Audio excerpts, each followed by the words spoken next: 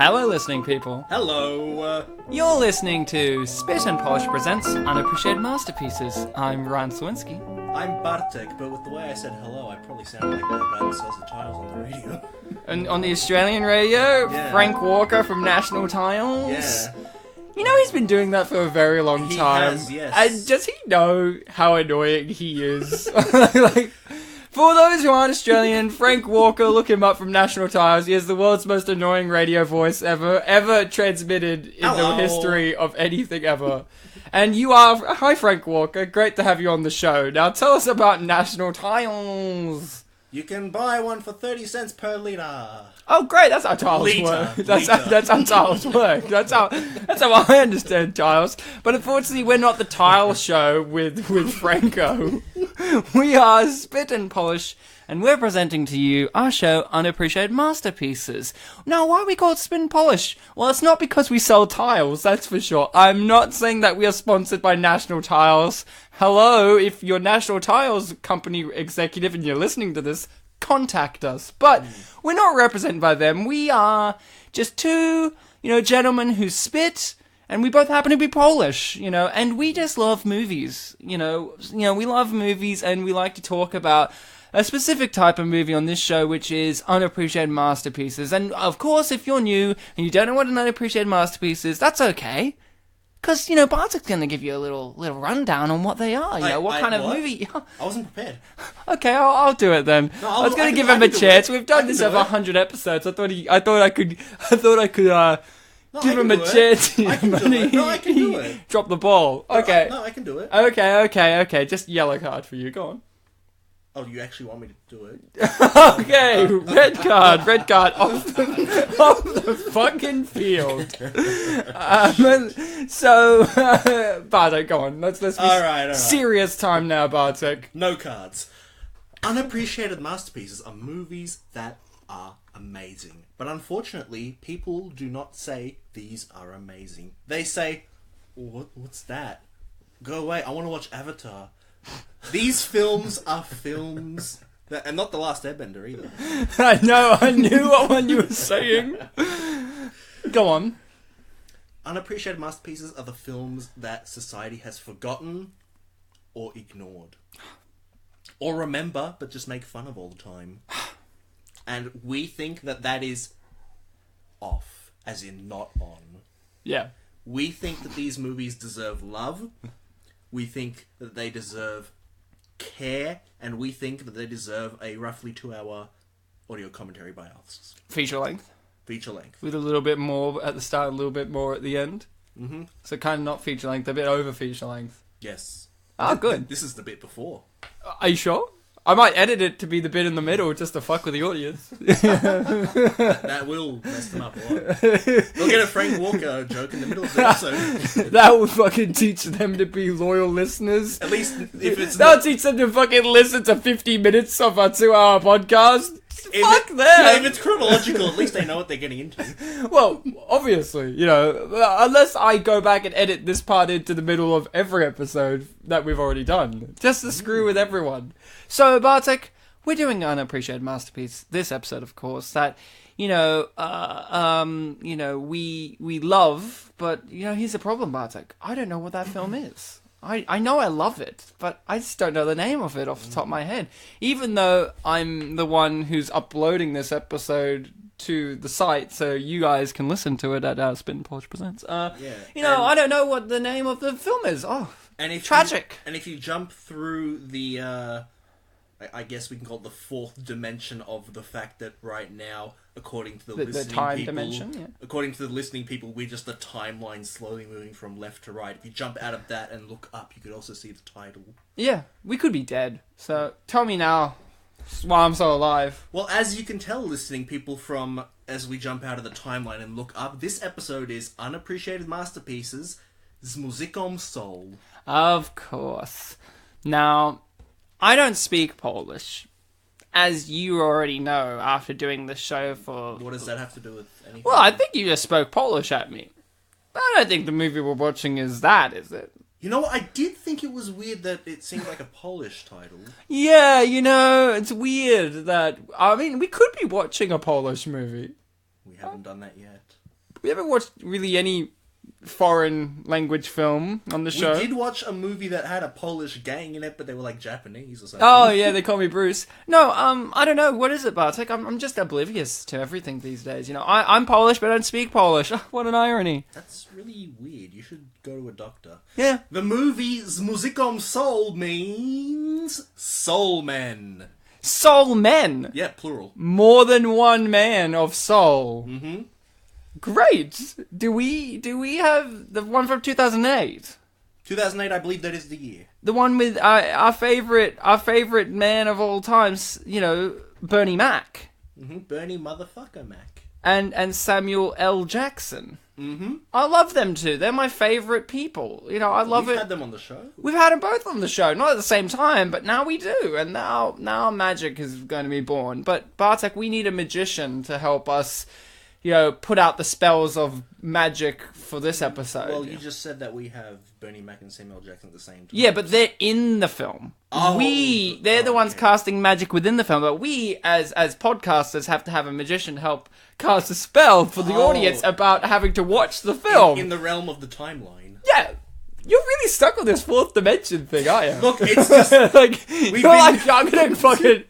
Yeah, it's like, you're like one of those people who read an article the day before and it's like, oh, I'm gonna use this. I'm gonna use this piece of information. I read about the fourth dimension. It's pretty rad. I can't wait to come in and tell people. Next time, I'll tell them about the fifth dimension. No, it's look, pretty Ryan, wicked. It's just that some people think there's 8. We've you been know, I don't want to this brag. for over 100 episodes. I think it's finally time that we talk about the elephant in the room. The fourth dimension. But Ryan, you were talking about a magician. Yes, I want you to introduce our magician unless you're going to drop the fucking ball again. Ryan, I don't pick up the ball. I don't know what that means. That kind of sounds like the most inept threat of all time. Oh, Ryan, I don't pick up the ball. I don't know what you're trying to threaten me. I don't know. Just introduce our poor guest. He's been sitting here laughing at us. Wanting... You, I think. Just at me? Just laughing at me, or you're laughing at Bartek too? I'm just laughing, I think. I'm just laughing at everything that's going on right now. Oh, that's great. Whoa, if I didn't know any better, I think that's special guest Rob Crawford. It's me. I'm happy to be here. It's perfect weather for watching a film. And this is the second time we've tried to do this. The last time there was a Category rain. 10 storm, according to the Bureau. So Ryan pulled the pin and said, it's too wet to go watch a movie Well, indoors. I was worried that you won't guys, get being stuck, people having to travel out like an hour to get here, Yes. might drown. And the government itself also said, no, don't. No. Yeah, the Exactly. Queen herself came down and went, I, Council Spit and Polish, Well, no, presents Soul Men with Rob Crawford in the year of myself, 2017. Yes. It shall be delayed several months to yes. 2018. One mistake, Ryan. She didn't come down. She spoke to us from our wallets. Yes. Oh, yeah, because she's on our money. Yeah. Did you know, fun fact... No, Bartek, I didn't read this in an article yesterday, so I could share on the show, but it's just fun fact. Did you know that her face is on enough money that you can make a timeline of her age by just money? Really? I would imagine that, because I was looking at a coin the other day. And you're like, No, oh, this not is an the fat article, her, or is this the thin her? Well, it was a 1993 one, so I was like, oh, fat she looks one. different. Yeah, she looks... She's been on a good paddock. Yeah, because I keep seeing her on my Facebook timeline of that video where she's reacting to cows or something. Why are you... Okay, I don't know about this, I'm but... not the one sharing it. But you know what I do know? Soul Men from 2008 is an unappreciated masterpiece that you should have a legal copy of, because I imagine we all have a legal copy of Soul Yes. Men. And we all are going to watch it together, because I'm going to do a countdown from 3, and I will say play at the end, and you're going to press play at the same time, and you're going to be watching this along with us as we discuss the inherent beauty and merits of the film Soul Men from 2008. Yes, They're gonna whoa, have, Bartek. They're going to have 2 timelines to look at. Yeah. Yeah, I mean, if they're the kind of podcast listener who's, like, obsessing over how long they are into the episode, like, fuck...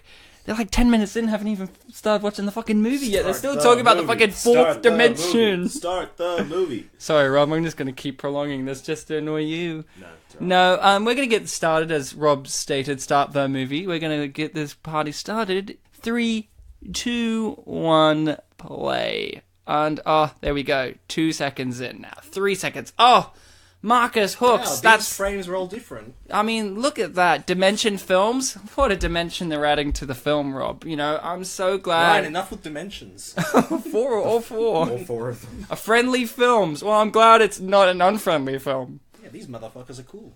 Malcolm DL film. You know, what does the D stand for, you wonder? What does the L stand for? Because it said Lee, but you said L. Ah, sorry. Samuel L. Jackson. The L stands for Leroy. The L stands for Lee. It does. Oh, it's Rob's favourite musician, John Legend. I was really, really surprised to see John Legend in this. When I first turned it on, I knew who was the main two characters were going to be, and I was like, oh, John Legend's in this? And then he isn't. And then he isn't until the very end. But either way, I do enjoy this opening bit with John Legend, because he's a very good musician.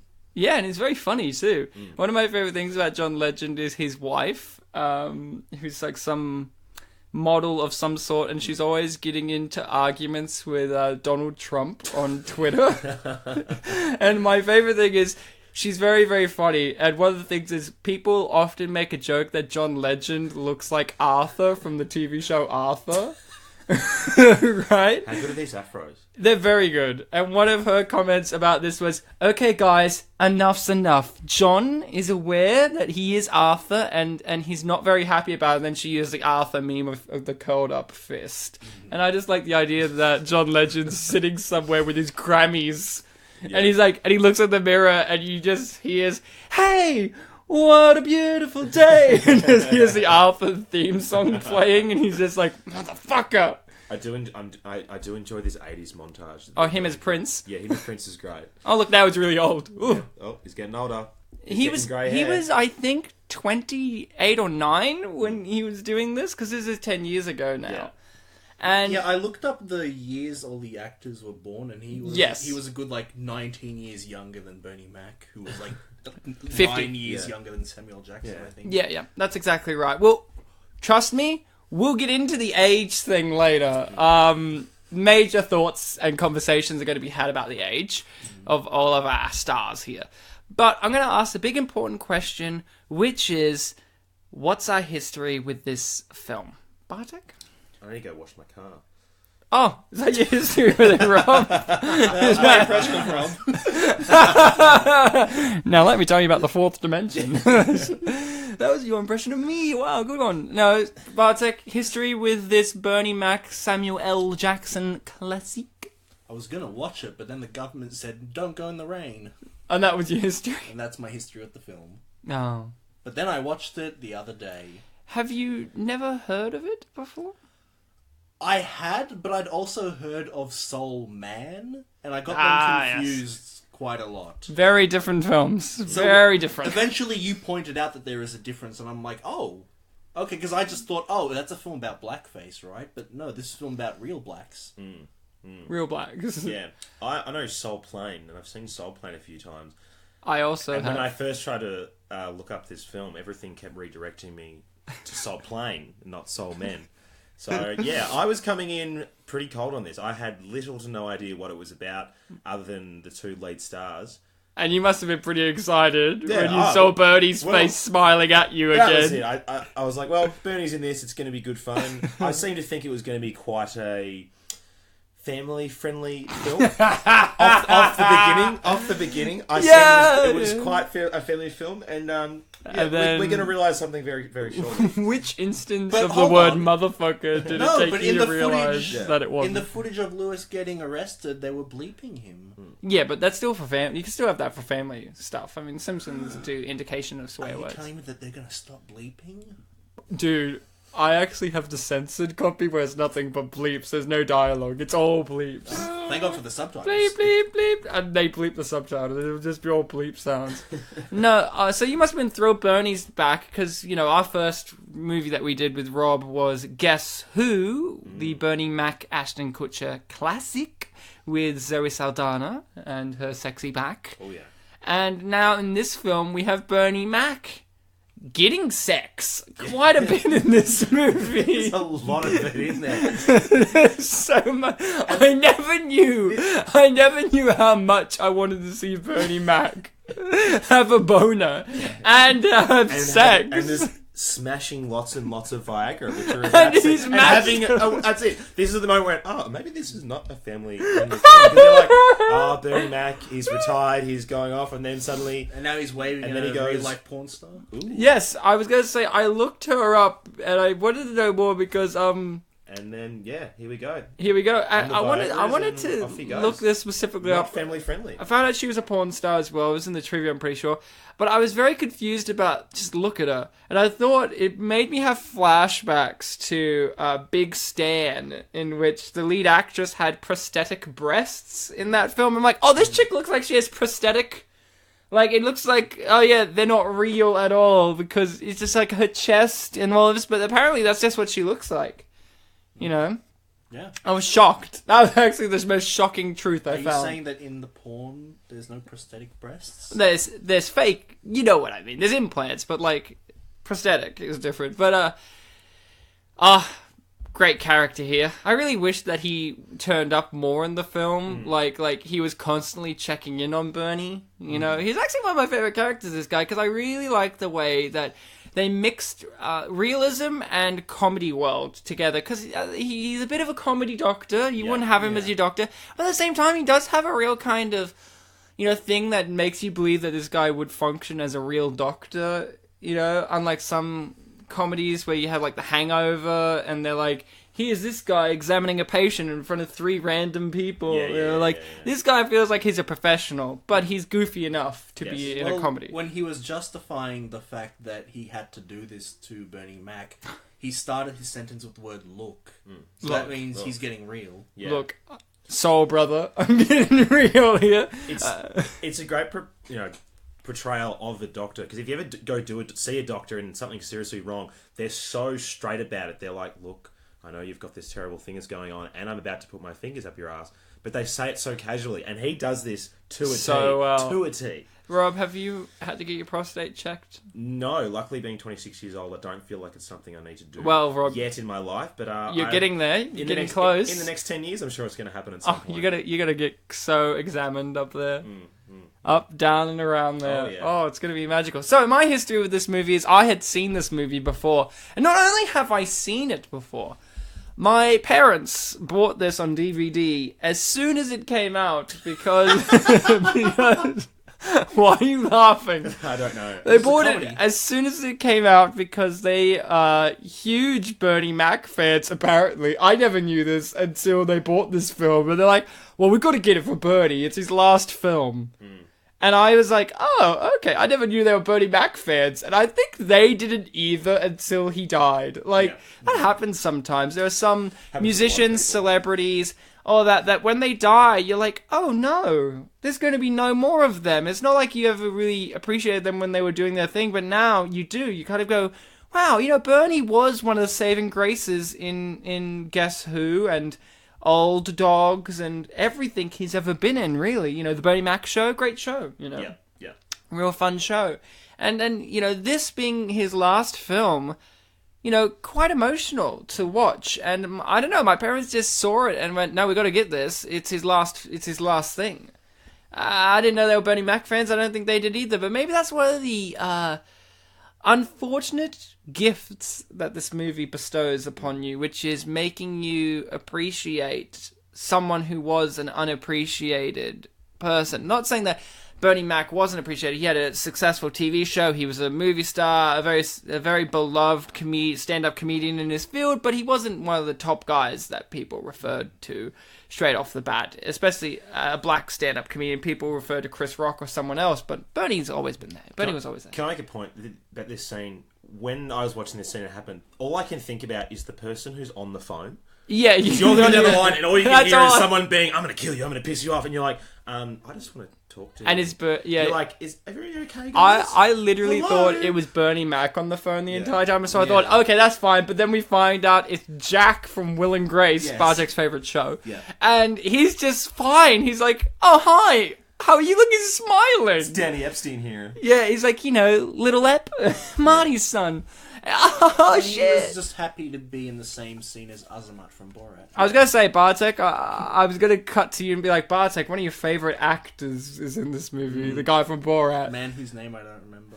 I used to know his name, but I remember he was the best part of Meet the Spartans as Xerxes. He played Xerxes. Can't say I've seen that. Well, Bartek, if you didn't think you saw gross, naked, sweaty him enough in Borat, well, him as Xerxes, he has nipple chains, and he's covered in piercings, and he's wearing barely anything, so check it out.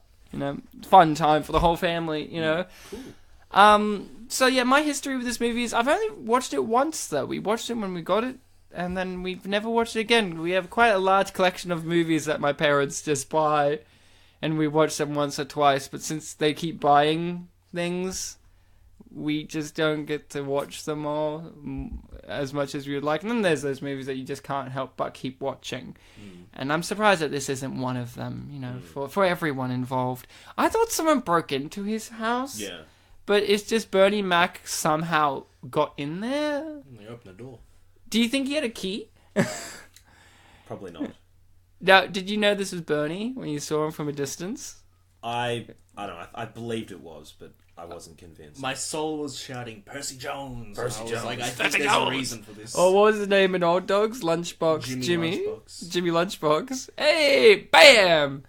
Now, just for a bit of context, Bartek was on the episode of Old Dogs. I was not. Mm-hmm. And I have to bring up Old Dogs because Old Dogs and this are his last films. I think Old Dogs was released after this, but this one was his last film he did. Yeah, this is the last one that was shot. Old Dogs was shot first, but released later. Yeah. But this is his last film. Yeah. Especially also his last leading film, because he's only a minor character who appears a couple of times in I think Old he's Dogs. only in the last act. Yeah, but he's in a few scenes. Yeah. And it's very important to mention that we have, through inadvertently, it's not like I chose this being like, oh yeah, we've got to cover the other Bernie Mac last film. It's just one of those things that's really kind of weird that both of Bernie Mac's final projects happen to be unappreciated masterpieces. And, I wasn't here for the Old Dogs episode, but I have watched Old Dogs, and I love him in that. And I love him in this. He's my favourite character, if I'm honest, in this. I like him in this more than I like Samuel. I feel like Samuel's great in this. Don't get me wrong, with his dreads and shit. Yeah. He's giving what you cornrows? expect of him. Well, Bernie is also giving what you want from Bernie. He's playing a charismatic, sleazy asshole with a heart of gold, and he knows it. Like, think about it. When we watched And a big him... penis. A dick full of Viagra. He needs Viagra. When we watch him in stuff like Old Dogs, he's playing like a sleazy entertainer showman of some sort, puppet. Wasn't he a ventriloquist or something? A sleazy entertainer guy that would kind of, speak jive and sell you stuff or whatever and have information. And then on the other end, we watch Guess Who, where he's playing a rich, classist, elitist family man. Which is also something that was very close to Bernie Mac, because the Bernie Mac show involves him playing himself, having to be the father of, being the father figure of his nephews and nieces and whatever, being Bernie Mac thrust into family man. And it seems like that's a lot of the roles he likes to portray. Even in this film, it deals with the idea of him realizing that he could be a dad and how overwhelming that could be in the end. Don't want to give it away, but We've just missed one of my favourite lines in the film. Which was? Which is, you've got dog food, but you ain't got a dog. And he's like, I've got a dog under the bed. And he goes, you're a dog, motherfucker. that's Rob's favourite line. Wait for the Great YouTube line. comments. There's a reference to the dog. Or is it? Is there? I like the idea that there is a dog. I know it's Samuel just barking, but the idea that at the end of the credits they just cut to the dog and he's just feeding himself. Yeah. That would be great. That would be wonderful. So, Bernie Mac's last film. For last film of anyone, is this a good one to end your career, to end on? I think absolutely, and I think we should also remember a certain detective evidence, Ryan. Go on. Mr. Isaac Hayes. Well, I did want to bring up Isaac Hayes Yeah. is in this movie as himself. Yeah. We had Isaac Hayes on Flipper as the sheriff of the town, Sheriff, I believe. who needed more evidence. Yes. Um, Science wasn't good evidence. As someone who's a Scientologist, you didn't like science as evidence. Weird, that. Yeah, two individuals. This is the swan song. Isaac and Bernie. But still, Rob, what about you? Do you think this is a good one to end on?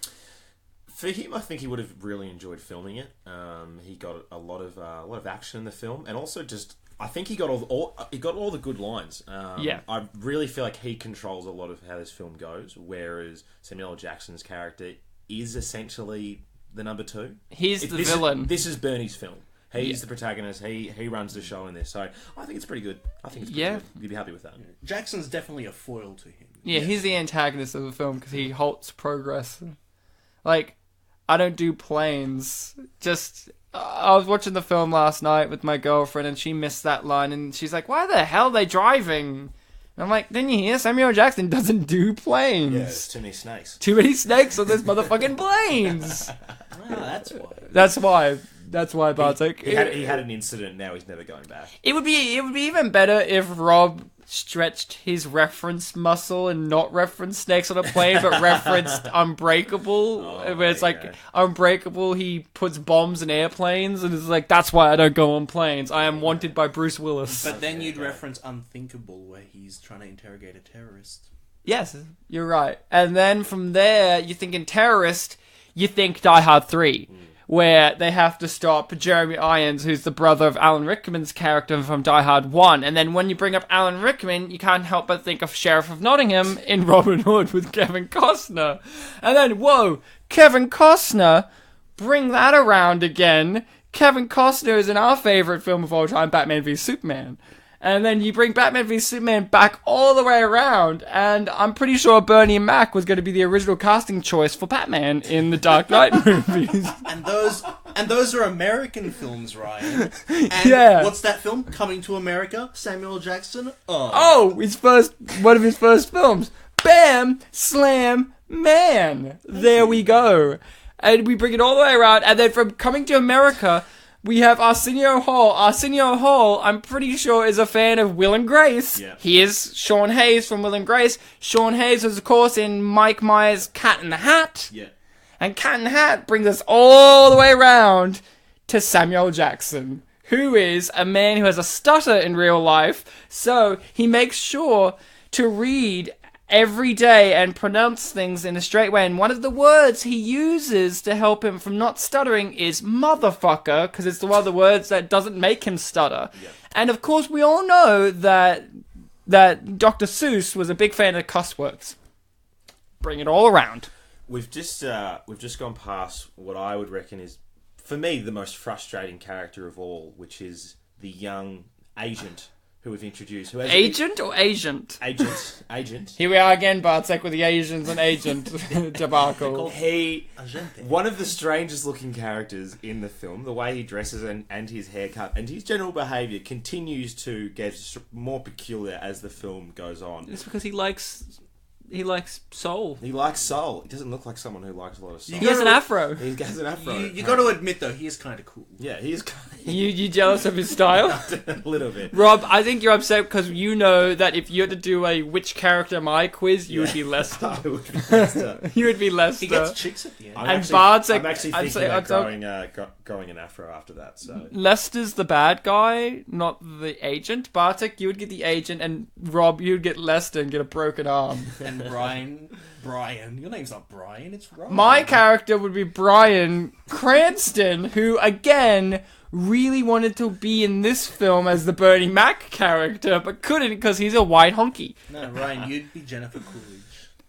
Man, we'll get to Jen. We'll get to Jen soon, because Bartek, we'll get to her, but all I can say is, we've had Jen appear in 3 films now, and Yeah, I remember all the 3 first. films capture what exactly all facets of Jen. What was the second one? Oh, you'll find out when we see her. I'm going to bring it up later. But we got this great scene here. I really enjoyed this scene. Had a little bit of action, but it also sets up something.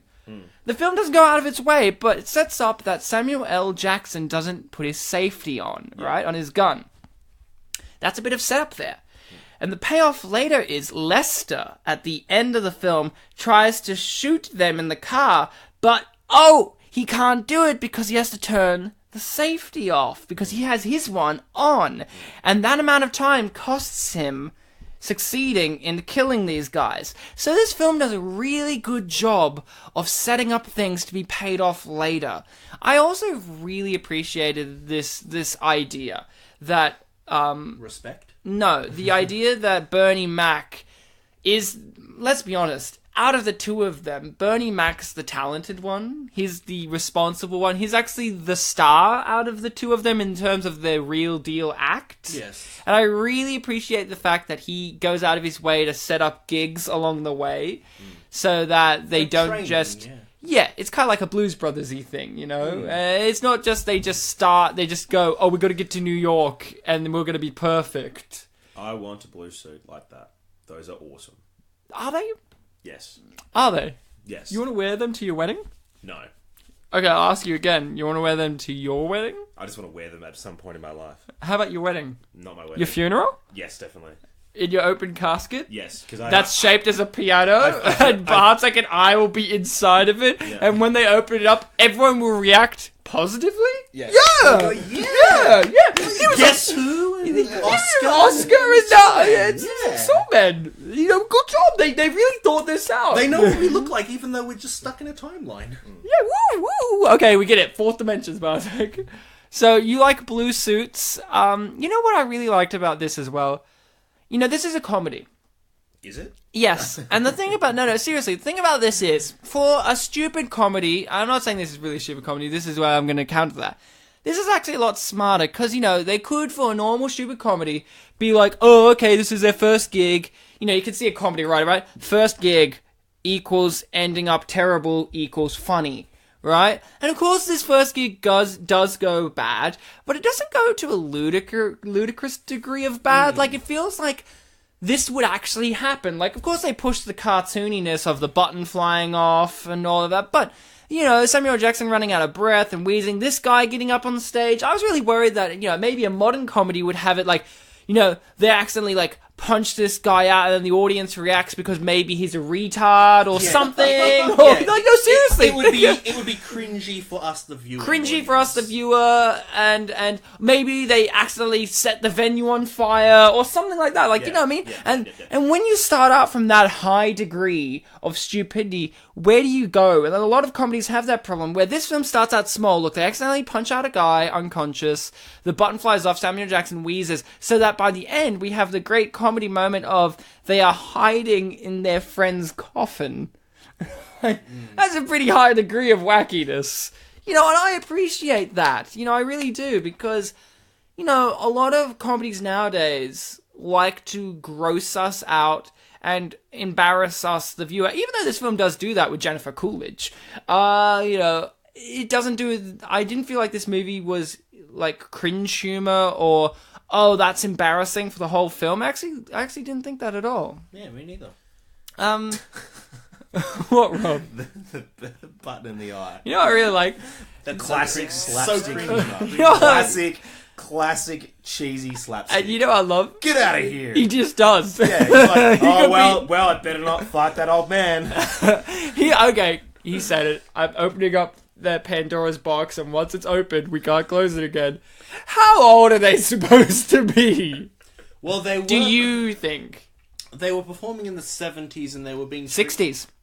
60s. They were performing in the 60s and they were being treated as young in then. Is this meant to be set in 2008? Yes. That means that they would have a good 40 more years on top of that. So they're in their 60s. I think that's the idea. Yeah, okay. They're in their 60s. So, I've done the maths. They bring up John Legend's character's age. He was born in 1945.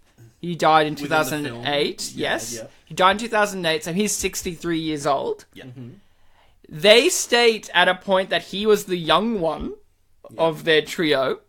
So, here's the scary thing. Samuel Jackson's 59 when he did this. So, okay, he could play someone in his early 60s to mid 60s. That kind of works. Even though he does look too young, you know. But then Bernie Mac was 50 years old, or at least 49. Yeah. It was like that age.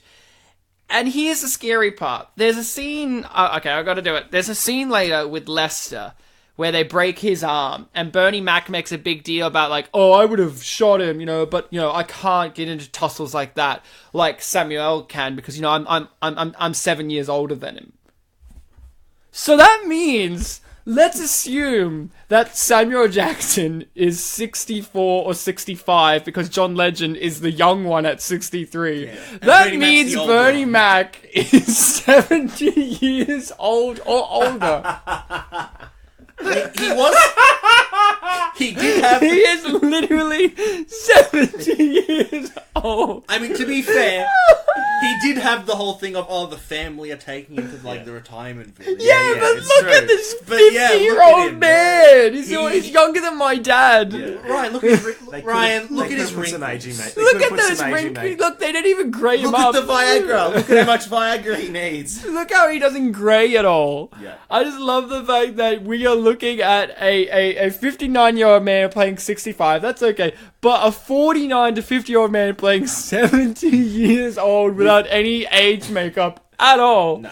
But John Legend, who's like a 29-year-old man, Playing they a give him 65-year-old with a 63-year-old, with and they some give grey him hair, with some the grey hair. oldest man makeup in the world because John Legend naturally has a baby face. He still does 10 years later. Yeah. He looks like a baby. I love this scene. What this cringy scene. No, I don't know joking, why I'm that part of the car's off, but like whatever. That's why the car's broken down, Ryan. Because it fell off. They dropped the green bit. But yeah, so you know, when Bernie says he can't help here, it's because he's 70 years old with a new hip. Yeah, fair enough. So guys, next time you make fun of Bernie, just remember he was 70 years old in this movie. Yeah. Which means And he can't 45 in Guess Who. Which means he can't argue back when we insult him. You know, it's weird. In this, you know, that was one of the things I brought up in Guess Who. How old is Bernie Mac to be the father of this 25-year-old woman? Remember, like, Zoe Saldana's like 25, 30 years old, and he's like in his mid-40s. But in this film, he could have literal grandchildren. That's great. That's great. So who were the family that dropped him off? Was that like Oh, Mike Epps. His cousins? So his nephews. His nephew who dumped him at the at the start, he was talking to him about like, you know, you can golf all day, and what's wrong with this so that was place? his nephew? Yeah. Yeah. Okay, I see. Mike Epps is a famous black comedian, and he's one of the main people who really worshipped Bernie Mac. So it's quite beautiful to Why did he see drop him off at the retirement area? because, you know, character doesn't like him very much. Oh, he was acting. It's acting. I see. You know, Mike Epps, very good year for him as well. Very good time to be an actor because he did this. I think around this time or a few years later, he was in the Hangover movies. You know, he's one of those guys that's quite. He was in one of the Friday movies. So, you know, seeing him in this is just a nice little wink and nod of, yeah, we know who's important in the world of comedy. I'm surprised Chris Rock didn't turn up in this, to be honest, or Terry Crews or someone.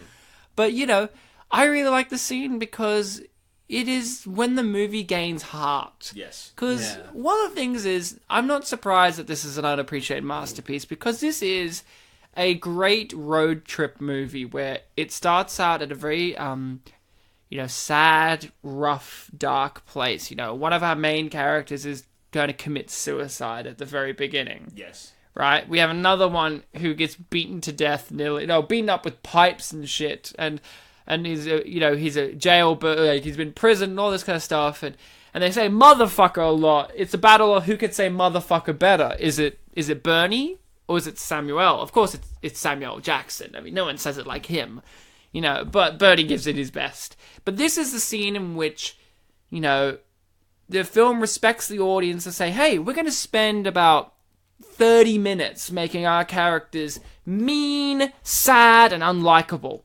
So that way, we can start to build them with heart and respect. And by the end of the film, you're going to really love these characters because you have seen the progress that they have gone through together. It's a very valid point. If you look correctly there, that's actually the bag from Ocean's 11 that they swap over in the casino. Wow. It is actually the same bag. Is it? Take a look. If you see it again, Oh my god. that is the bag. Where's Don Cheadle in this? See, look at it. That's the bag. That's the bag from Ocean's 11. Hey, See, he's still. and here's something. Bernie Mac's 70 years old. He's old. I've been smiling about that last night. Like, I figured that out last night, and I've been smiling all night and all day, waiting to share that information because the film's very sneaky with it. Like, my girlfriend said, "Oh, he's 67 years old." I'm like, "When does he say that?" I rewound it. He goes, "No, I'm 6 to 7 years older than him." And I'm like, "What does that mean?" Now, here's the thing that we haven't brought up: the music. Are we a fan of this style of music, and do we enjoy it in the context of the film? I quite like it. I quite like a lot of the old classic sort of rhythm and blues style that are almost Motown kind of vibe. Oh, yeah. The previous song that I was singing before at the car, the "I'm Your Puppet," I quite like that. There's a lot of sexual innuendo in that song, but I think that's why I like it so much.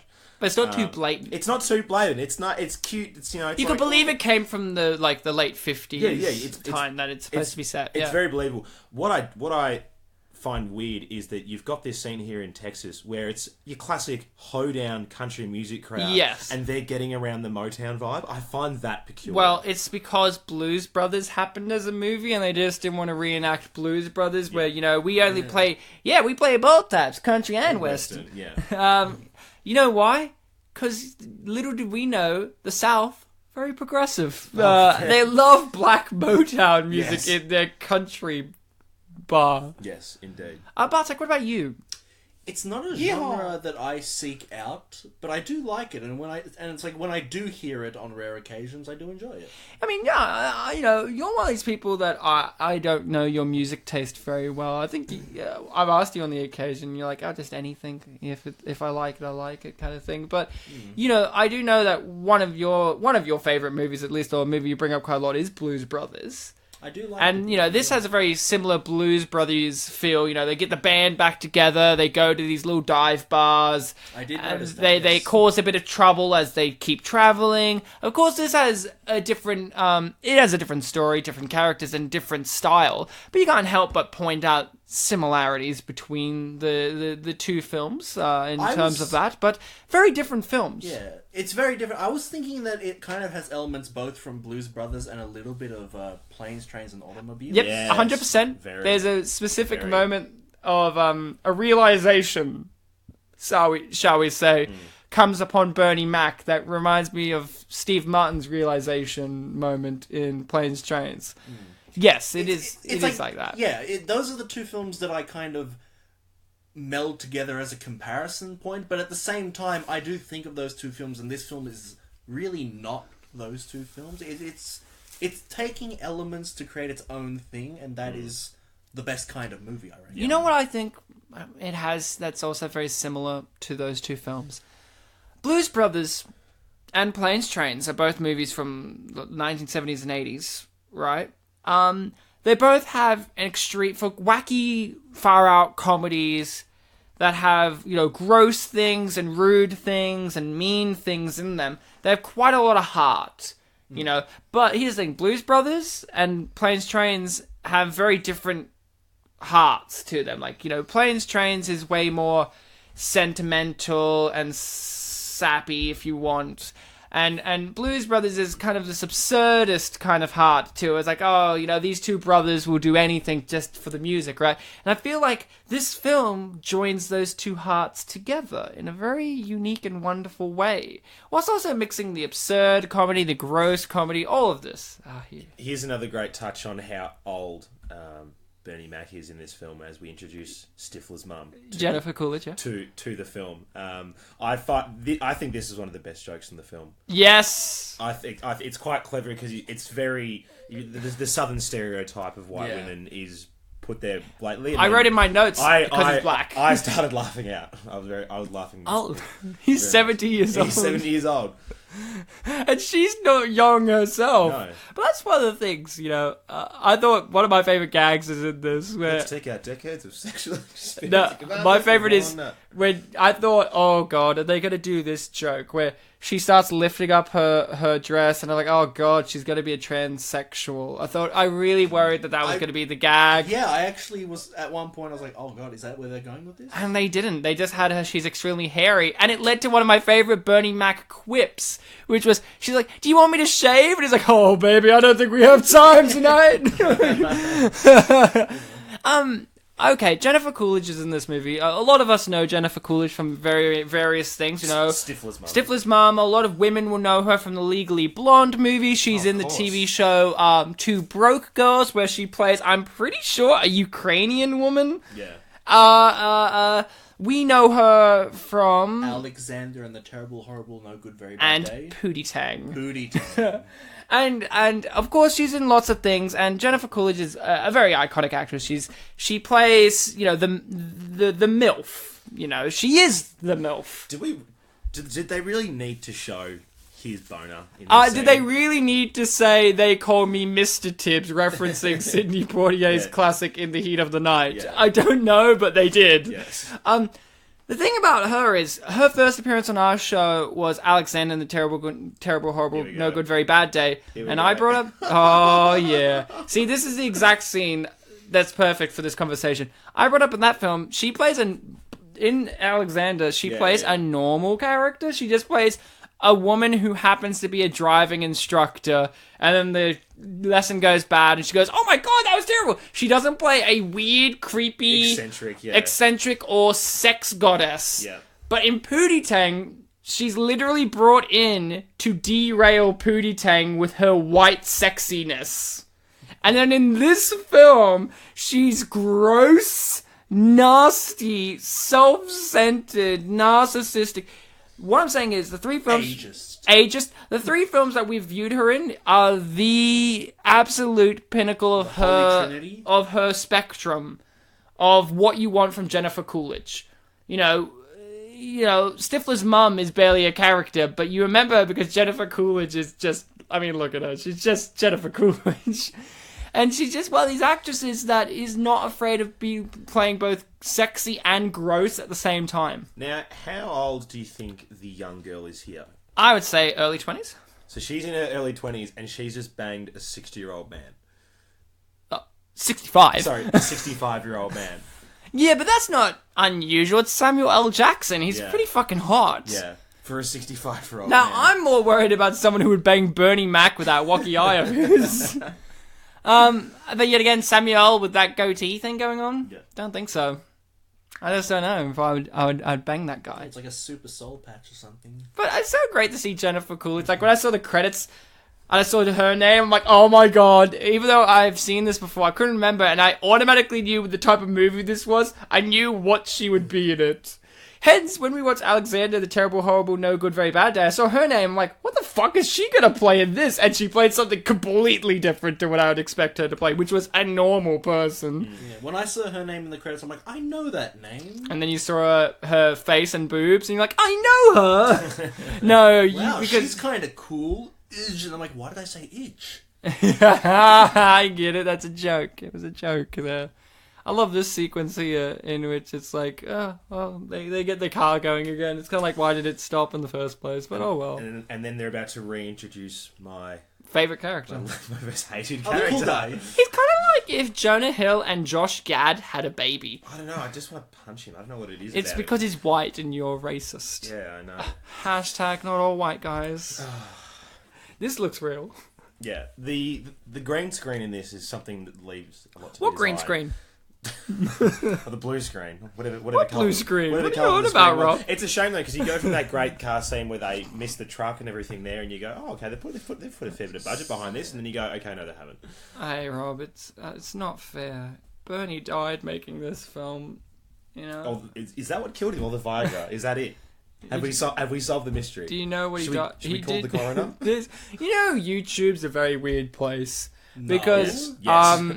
I read the comments. I was watching videos because I got nostalgic for some reason, and I watched videos about Bernie Mac and whatever, and then one of them was like a video with like 10,000 views or more. That was like the real reason why Bernie Mac died. I'm like, oh, okay, let's view this. And it was the strangest video ever. You know those YouTube videos that I really hate? The ones where they use text to speech as the voice. So bad. And they had photoshopped Bernie Mac images, and they're like, he didn't die from pneumonia like they said he did. He died from, defending this conspiracy theorist guy, and Oprah attacked him, and he couldn't handle her power, blah, blah, blah. And I'm like, God, and it was released like a month after he died. I'm like, Jesus Christ. And people in the comments like, so true. Did they acknowledge Isaac Hayes in any way? Because he died the day after. Yes, Isaac Hayes and Bernie Mac both died days, like within the same day or two. One of them was on the 9th, the other was on the 10th. Tragic, man. So yeah, Bernie Mac died of pneumonia, which was sad but not unusual. He had suffered it a few times before. He had like a condition of the lung his whole entire life. Anyway, here he is. Love this guy. If you had to look at someone and say, I want a rat-faced gangster guy, get this guy. Oh yeah. Is he in Fast and the Furious, or am I imagining that? You are imagining this. I looked him up and he's literally in nothing that I know of. He looks like everyone in Fast and the Furious. You're a racist. So are you saying that's Kurt Russell? No, because he's in the Fast and Furious. No, I'm saying that's Vin Diesel. No, I'm saying that every single character who, apart from the main ones in the Fast and the Furious, all the people who stand around the cars and go, whoo, whoo, whoo. Every time people do that, he is every one of those people. You know what my favourite thing? I'll give you two of my favourite things about the Fast and Furious movies, having never watched any of them. Oh, you're missing out there. One, Hilarious. Kurt Russell is in them as comedies ever. As the computer nerd.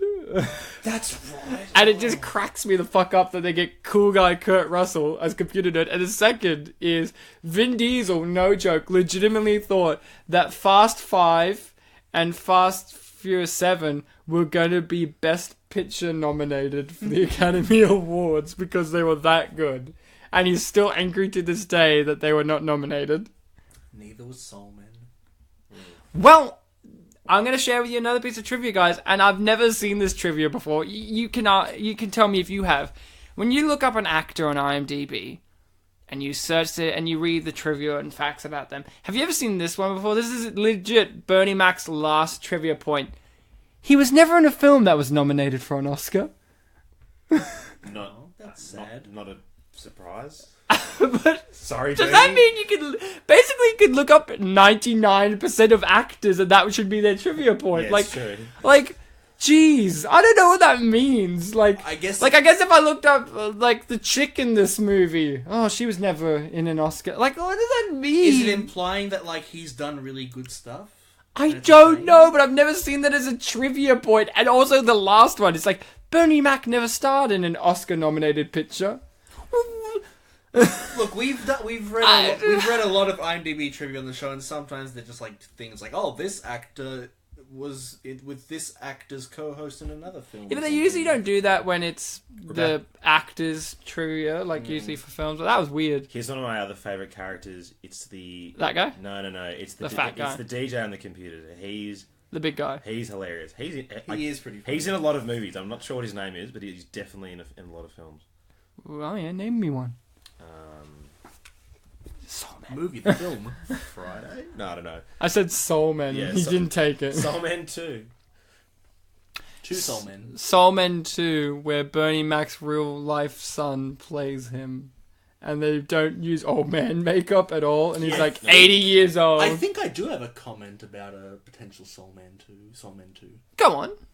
No, from YouTube. So. I thought you were going to say, hey guys, I actually thought about how you could do this. It's called CGI. And I want you to CGI Bernie Mac into the entire film. And never comment on the fact that he's not real. That would be grotesque, Bartek. I mean, come on. Hypothetical Bartek. Real life Bartek. No, real life Bartek's gross, but hypothetical Bartek made a gross statement. Yeah, you're right. I'm sorry. We're in a timeline. We get it. We're in a timeline.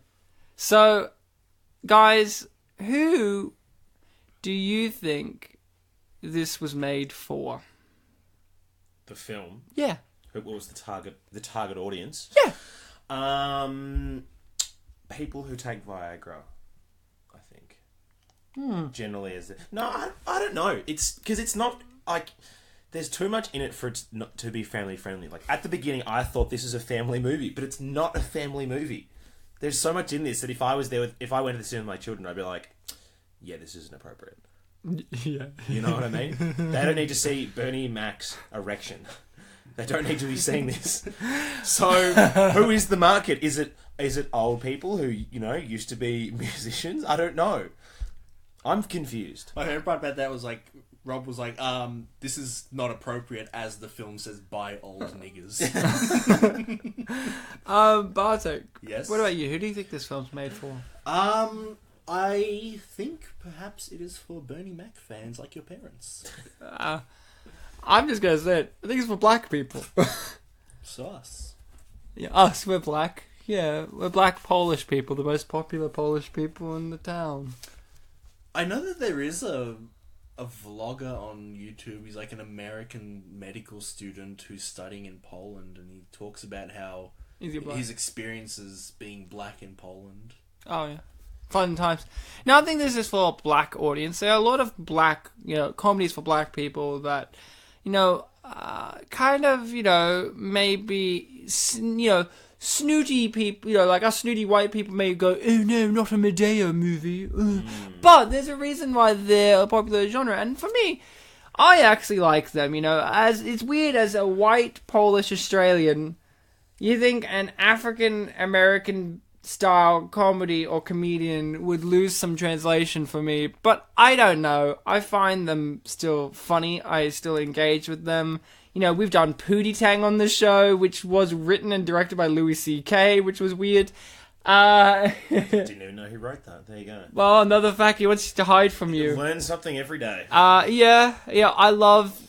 For me, I really like the ones that are more mocking of the style of black exploitation or black comedies. I really love Black Dynamite, Undercover Brother, all of those kinds. But the genuine ones like this and the Friday movies and so on, I do enjoy them. And I feel like one of the reasons this could be an unappreciated masterpiece is because who's this made for? And people like ourselves will go, not us. But this is made for a specific audience. This is made for black people, and I would say older black people as well. With the two lead stars that you have, the style of music. Young-looking people in their 60s? No, young 50-year-olds who are now 70 somehow. Okay. So I think that's one of the things with this movie. Now. You raised just a moment ago, Rob, about this not being appropriate for families. Yes. Have you ever, your parents or ever been somewhere where you've seen either on DVD, TV, or at the movies, a movie that wasn't appropriate for your age? Definitely. That your parents put on or were responsible for? What was it? I can't actually remember what it was, but it's definitely happened. Yeah. I remember as a small kid going to see Toy Story, and we walked into the wrong theatre. I watched the first 15 minutes of Bicentennial Man. And then, that's a sad movie. Yeah, and then Mum was like, this isn't Toy Story, and then we went to cinema. 15 minutes of the live-action film. Yeah. This isn't Toy Story. That's Sam Neill. Yeah. He isn't Buzz Lightyear. Where's Tom Hanks? Yeah, exactly. Who's this Robin Williams guy? Bartek, what about you?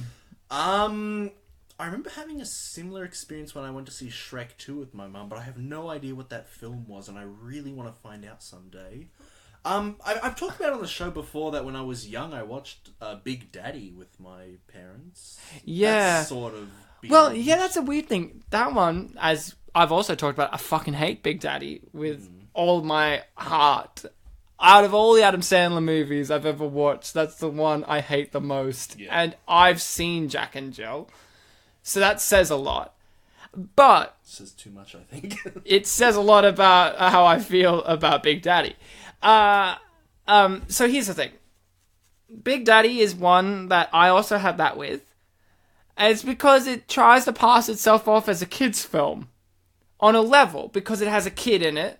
And it's, Adam Sandler doing the thing that a lot of white male comedians do in films. Will Ferrell does it, Adam Sandler does it, every one of them do it, which is Oh, I'm a misfit, arsehole, wanker, mean guy. Oh no, I'm teamed up with a kid, and by the end, I have a heart of gold. Will Ferrell does it. Adam does it, and it's one of those ones where it's just like, yeah. I remember distinctly there's a scene in Big Daddy where he like jumps in front of a car just to cheer up the kid, and as a kid I was like, oh, that's funny, and my parents had to tell me like, Don't do that. Don't do that. But yeah, I hate Big Daddy, but one film I want to talk about is, I really want to see this in the cinema.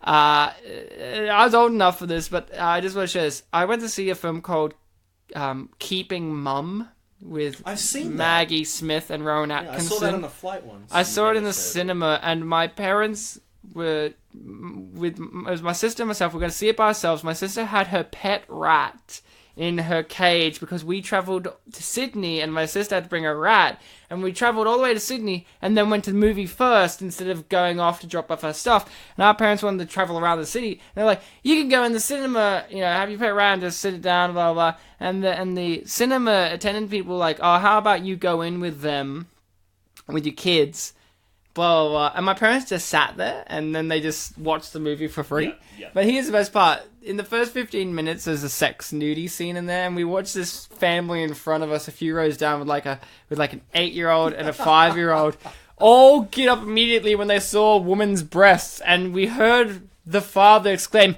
"My lord!" And the mum had the best comment of them all. I don't know what fucking universe she's from. The mum had the best comment from them all, saying, "In a Maggie Smith movie of all things." Oh, man. Lord, British people. My lord, Well, this I Maggie never. Smith movie of all things. It's like if I someone never. saw this with their family. My lord, in a Sean Hayes movie of all things. I didn't see that coming. Hey, do you think Isaac Hayes and Sean Hayes are related? They look the same. Possibly. I mean, yeah, Brother from another mother. like he went with brother. And we're thinking son. Well, at least I am. Sean Hayes is Will and Grace guy. I actually said when she turned around, I went, oh, black eye. She turned around and went, oh, I guess not. And then I looked, I went, oh wait, no, there is one. Yep. It's just very lightly done. He's having his, as you do. You have your Choco Puffs and gun. Don't you have your Choco Puffs and gun? Yeah, well, if I haven't got my gun, I just can't have breakfast. I think that's just it. You gotta have your gun locked and loaded because you never know who's gonna come into your kitchen when you're eating cereal. This is a very great scene. Bartek? I was just gonna say, in Australia we can't have guns. We don't have choco things. We have Cocoa Pops. We have Cocoa Pops, and I guess we'd have to settle on a slingshot or something. No, we can settle I have on a bow and arrow. hunting guns. Bread knife. A butter knife. Butter knife. No, you Bread knives are too. I'll long. spread Will you hurt good. It's a really, really, really, really small soup spoon. Watch out, bro! I mean, oh no, he's got a soup spoon! What's he gonna do with that in his cereal? It's not good for the mouth! And then Dad comes in, he's got a teaspoon, and all bets are off. So, this is leading up to the scene in which Bernie Mac states that he's 6 to 7 years older than Samuel L. Jackson, who is in real life 9 years older than Bernie Mac. It's a joke for the thinking man. It's a thing that I feel like Bernie Mac improvised and didn't think about the consequences of. You know, Ryan, I have heard you in real life mention that you're not too strong on the mathematics department, but your maths skills were good enough to get this joke. I nailed it today. Nailed it. 847. You know what that adds up to? 70. I'm pretty sure. What's the digital root of 847? Oh. It's really 50, but it's pretending to be 70. I think it's 0, actually. I felt Lester's pain in this scene. As someone who has broken their arm before. Like that? Not like that, no. Samuel L. Jackson didn't break my arm. But Are you sure? Having broken my arm and dislocated my shoulder several times, I looked at that scene and was just like, oh. I've never broken a bone in my body. So, I can't relate. I'm unbreakable Unbreakable. like Bruce Willis. There you go. And here's Mr. Glass himself. You see, so I like how he's still holding the stank money Stink money. because it was in his chain, you know. looks like a Too used- old. He's like, I'm too old, and then he's like, yeah, I'm like 6, 7 years old. Like, what does that even mean? So he's 6 to 7 years older than Samuel Jackson. Great job, Bernie. It's over 2,000 days, I think. I'm Isaac Hayes. You know, and You're Ryan Sliwinski. I want to give a shout out. You know, don't you want to be Isaac Hayes? I like evidence, so probably not. So Isaac Hayes is one of those people who's a famous musician, and he did a bit of acting from time to time. You know, he was obviously himself a lot. He, for a lot of people our age, would know him as Chef from South Park. A.K.A. himself. Of course. A.K.A. himself. He really is just Chef Isaac Hayes. Does Chef have a name, or is that the joke? I think I think he did have a name. Like Chef Billy. You know, like... Because that's just some of the things in South Park you don't know. They could just have that as... I think he did have a name, but it was only mentioned like one scene by his parents or something. Yeah. I think it was Jerome. Yeah. Jerome. I said that true, Fitty. So... Oh look my who's God. showing up. Look who's It's your showing favourite. Rob's just really upset because he has that hair. Are you saying you couldn't see him being a member of the Jackson 5? Are you saying he doesn't look like a manager of a black soul group? Right on. Right on, man. Right on. Right on's pretty cool. Yeah. Ah, look at this woman. I enjoy this. This is a pretty funny scene. It's is quite really good because they still let them in the hotel even though they're banned. Yeah. I It's just don't think that's how it works. as long They're as you- accepting of the loophole. As long as you, they're coming up with. as long as you check in under someone else's name, doesn't matter who you are, you can still get in. That's how it works, Rob. Yeah. They're not. Have you never had to let a hotel? They're not like mean to them. They like understand. Look, this was in This was in 78 or something. If you could find a loophole, we'll let you in. But like under your own names, we can't do that. This guy looks like a lizard. He looks cool. Rob's response to he looks like a lizard was great, Rob. I can't wait for that to be a quote on our poster for this episode. It's like Smacks lips. I just have Make it that the whole episode. for 90 minutes. Hey, is there a lizard? And then in the middle we have our Is there a bit at the lizard in start. here? I can hear a lizard. Oh my god, where is it? Oh no. Ryan used to have pet lizards like you, I had blue tongues and bearded dragons and they were very fun. and they were similar to Rob just then. Yeah. It was uncanny. I thought my blue tongue lizard was right next to me. I thought my blue tongue lizards, Jake and Elwood, were sitting right next to me. Look, Ryan, sex. Oh, Whoa, did I see... Oh, titties. And a mohawk. blue mohawk. In a Maggie Smith So this film, was no less. in a Maggie Smith film. Oh, things. My lord. It was great. And fun fact, Keeping Mum's a great film. Maybe we'll do it on the show one day. It's very unappreciated. I mean, there's Maggie Smith in it, killing people. What do you want? There's Maggie Smith literally killing Patrick Swayze. I remember. Just let that sink in, because he's dead now and she's still alive. Did she really kill him in real life? Maybe. Nah, she just kept mum. She is mum.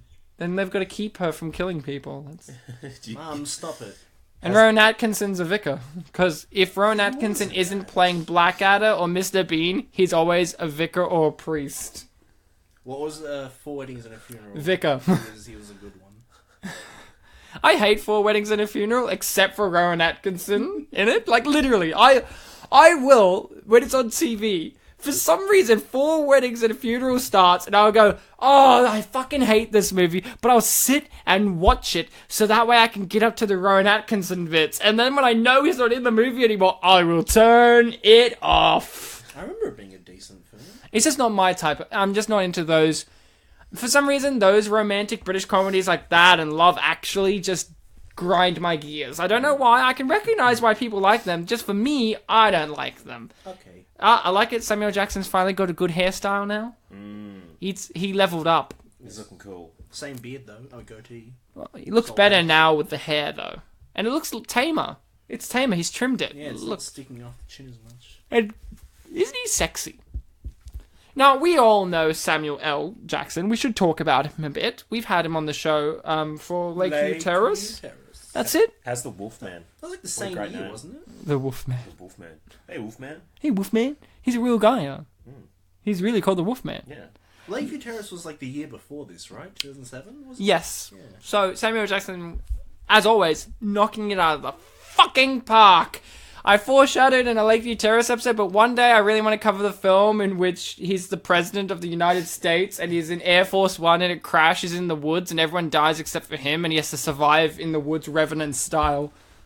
It's called Man Down, I'm pretty sure. I remember stating that, and Bartek, you clapped your hands together and went, "Oh, please say this is a real movie," and I'm like, "It is!" Did you know Samuel Jackson, Christopher Walken come from the school of they never reject a role unless they have scheduling conflicts? That's why they're in everything every day. Him and them and Nicolas Cage, because Nicolas Cage literally needs the money because he has to pay off debts. Has Nicolas Cage fulfilled his Rastafarian dream yet? No.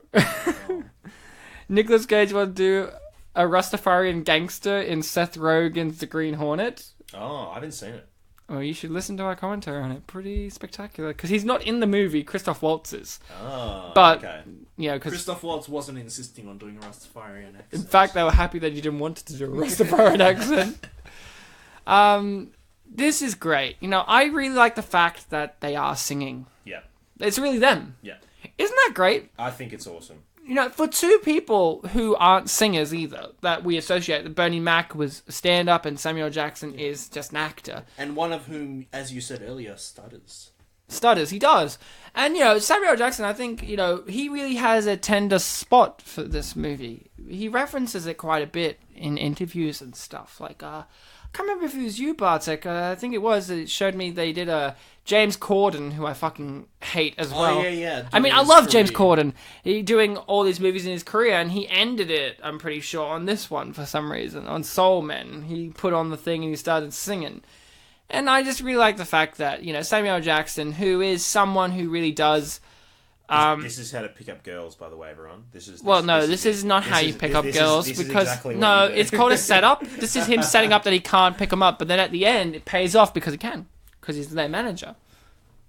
So there you go, Rob. Well, so only one of them left, Ryan. The other one wasn't even being hit on. Yeah. So they're having sex right now, off camera.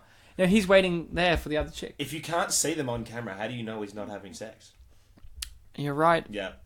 You're right. Yeah. Bartek's not on camera. He could be having sex right now. Bartek, stop having sex while we're doing the podcast. With Rob, of all people. Wait, so you're telling me to stop? The greatest.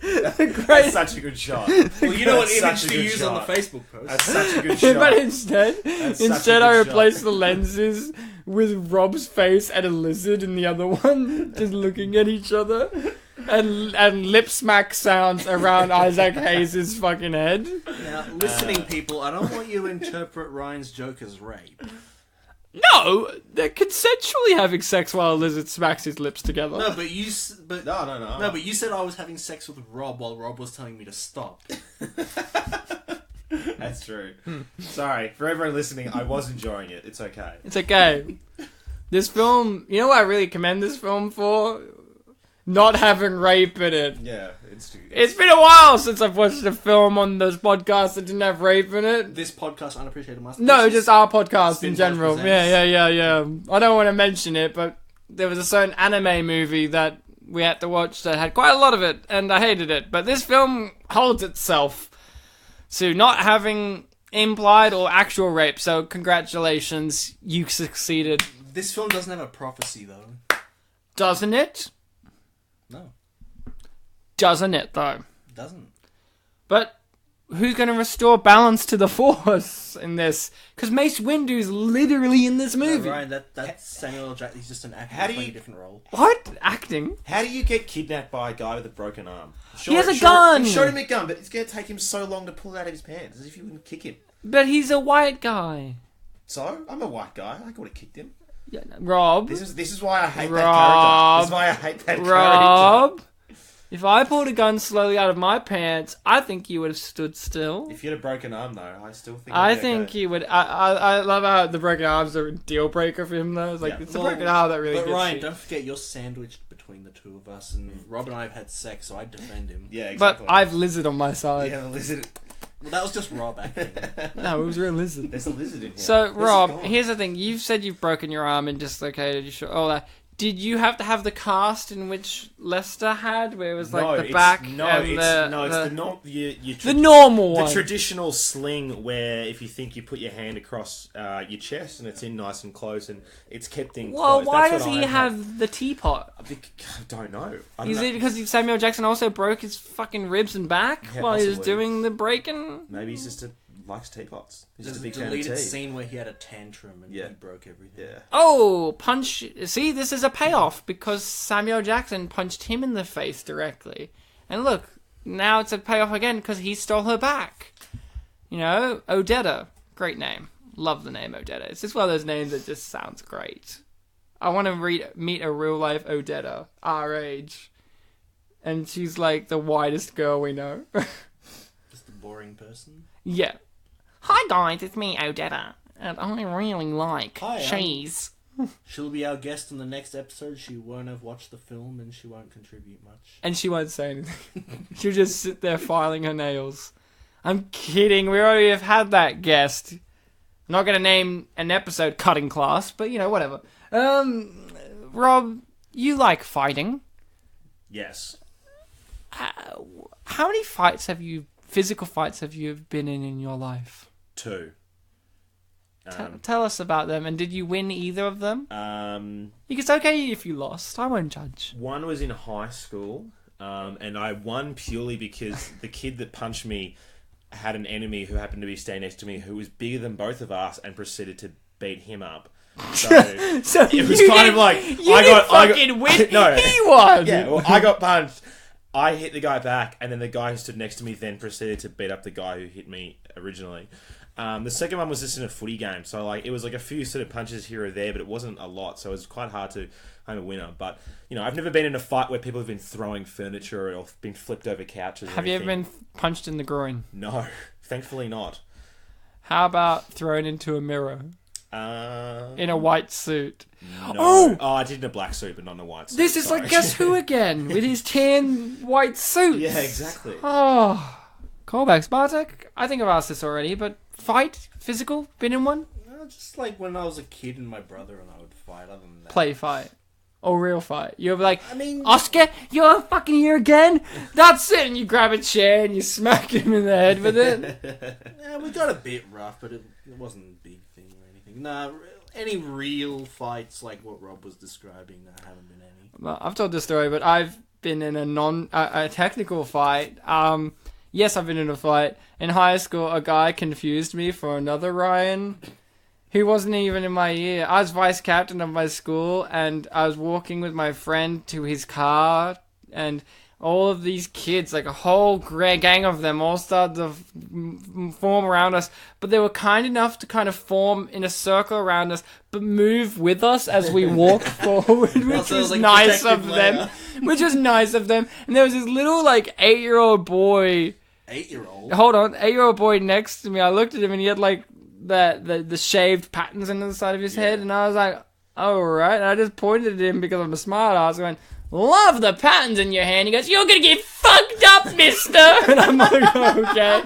I don't know what this is about. And then this guy came along, and I'm taller than the guy I actually thought was in year 10, and I was in year 12, and he grabbed me by my backpack because he was so much shorter than me, and he had to grab me by my backpack and jump up to try and hit me in the head, but he still failed. And he was telling me you call my sister a slut one more time, I dare you, I dare you, I dare you. And you have this whole entire crowd of people yeah, get him. And my friend Tim's just there, and they're like, I don't know what I'm supposed to do. And we were talking about something or other, my friend Tim and I think a TV show, and I was talking to him still about the TV, oh, Tim, you really gotta check this out. I don't know what's going on here, but really, you gotta check out this show. Fucking call my sister a slut one more time. Yeah, check it out. And then he's the kid finally kind of got on me and hunched me over a bit, and he tried to get a few in, but he still missed terribly. And he was just go on, call my sister a slut one more time, I dare you. And I was being reasonable, hey, I think you got a misunderstanding here, who you are after all. He wasn't listening. And when he said that, I was like, fine, your sister's a slut. I don't know what you want from me. And I literally brushed him off and accidentally, but kind of on purpose, smacked him into a tree that was nearby because we were still walking forward. And then I hear this in the distance.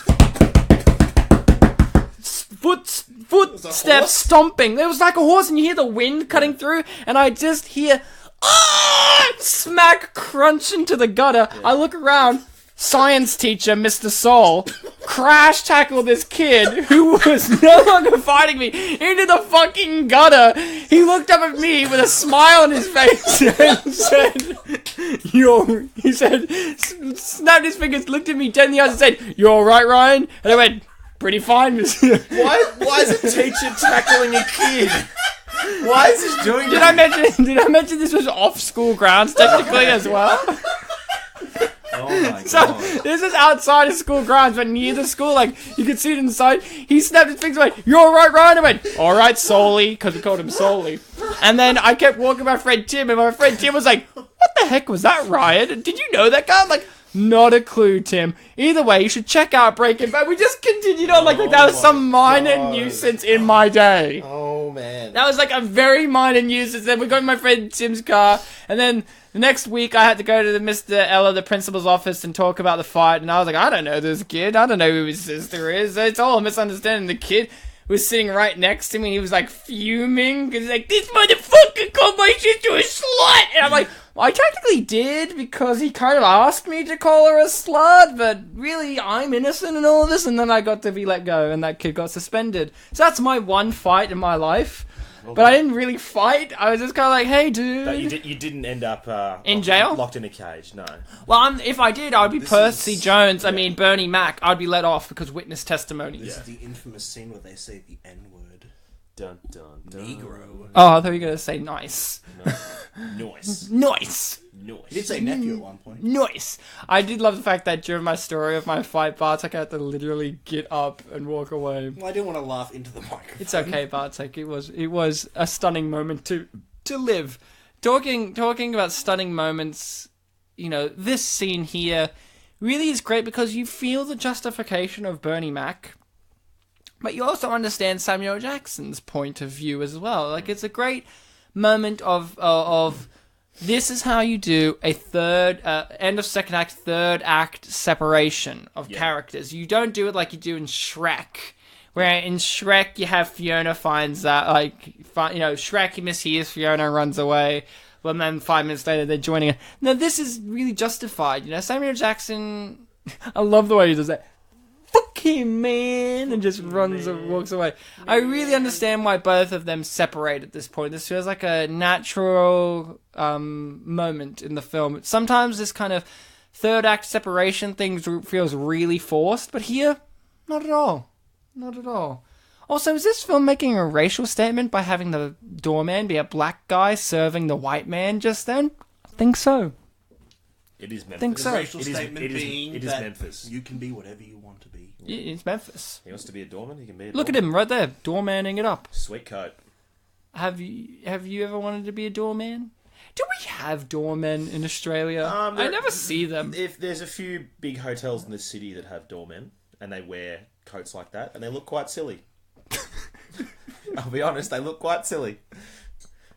If you're a doorman, Rob just told you what you look like. Silly. You look silly. Oh, here's the realization.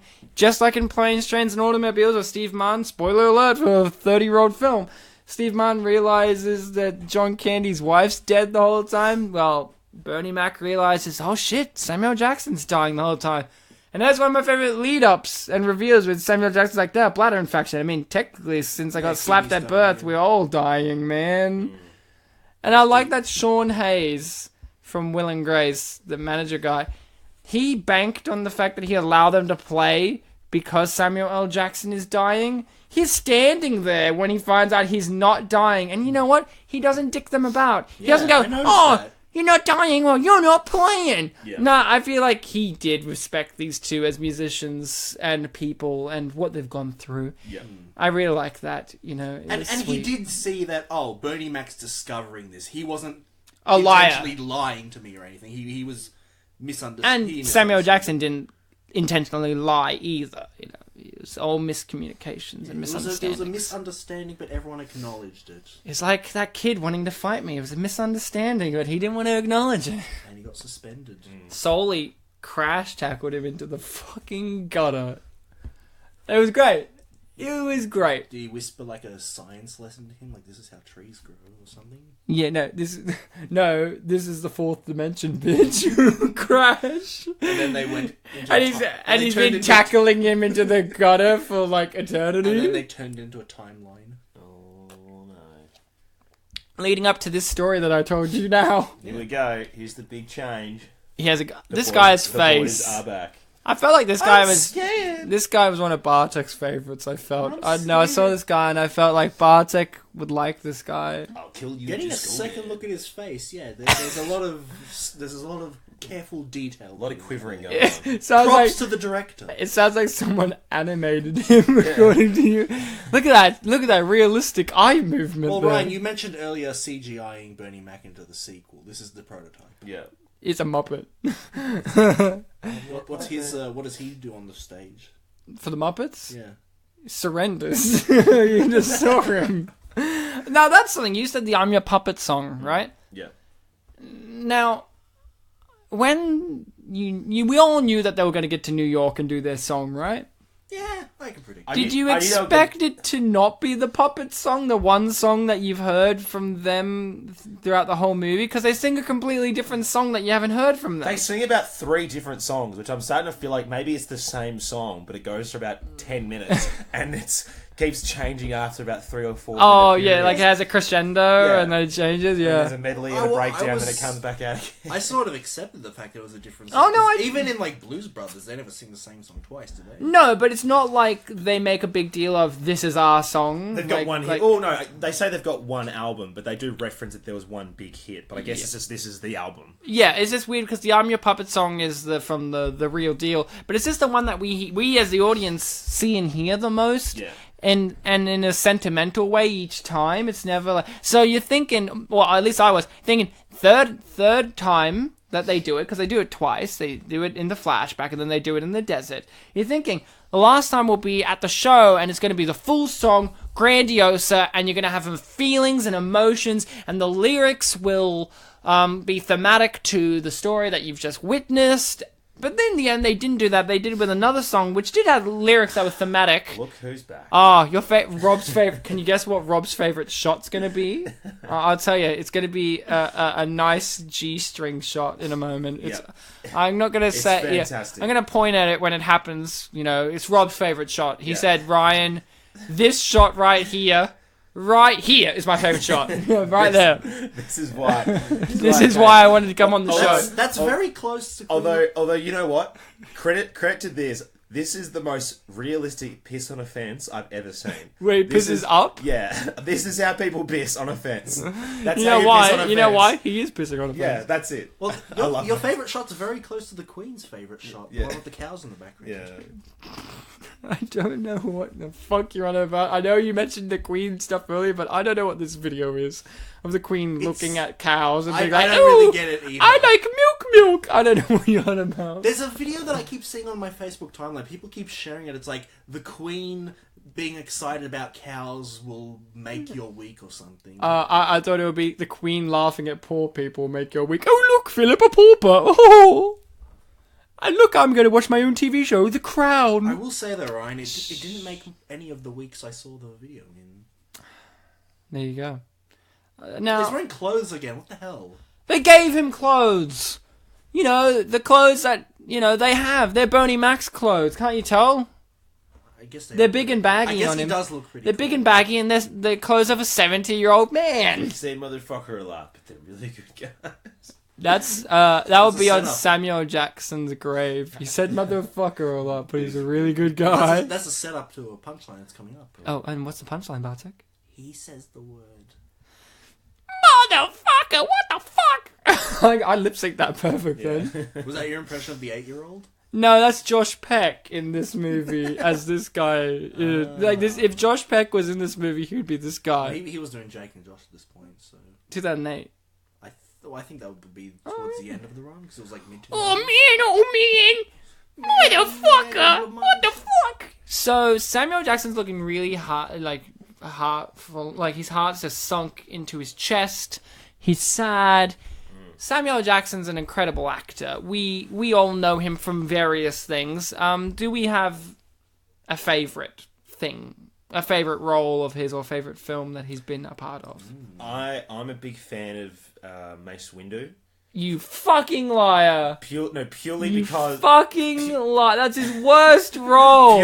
Purely because of the fact that he asked it to have a purple lightsaber so he could see himself in all the fights. Okay, purely that's why. that's stupid. I think the character's terrible, but I love that bit. My favorite Mace Windu thing is he finds out that they literally figure out that the Sith Lord in Attack the Clones has to be Count Dooku, and he's like, no, that can't be true. Count Dooku used to be a Jedi. And it's like, fucking idiot. If anyone Wake up is to going to it. be the evil guy, it's someone who rejected the Jedi ways, you fucking idiot. Yeah. But it can't be. He used to be a Jedi. You idiot. Bartek, favorite Samuel Jackson thing? Film, performance, whatever? There are a lot of good ones. I think in recent years, the one that stuck out to me the most was Kingsman. Oh, yeah, where he's got a lisp and everything. That's right. I forgot he was in that. Want a Big Mac? I liked him in that. I also liked the fact that his character's plan was actually good. Like, you know, it was a good plan. Like, it wasn't... Like, it was good in a dumb way. Like, I actually thought his plan was pretty well thought out for a stupid James Bond villain kind of thing. I mean, look, I can't go past him in Pulp Fiction. I still think that's... It's a very, very... his solid best one. role he's ever done. The fact that he didn't win an Academy Award is shocking. Was he nominated? Yes. Okay, that's good. But Christoph Waltz, still to this day, is the only Quentin Tarantino performer to win an Oscar. Wait, was he nominated for leading or supporting? Who? Samuel? Yeah. I'm pretty sure would be supporting. Okay. Because leading would be John Travolta. Right. But you know how it is. Sometimes they play around with that stuff. But no, leading, like I would Lion. say yes. So, you know, Samuel Jackson can't go past Pulp Fiction. But I do love him in Unbreakable. I've mentioned it a few times. I think it's a really great role of his. He is a really quiet, reserved role. He's still very threatening. He does say motherfucker, I'm pretty sure. At least he says things in that vein. He says a lot of things.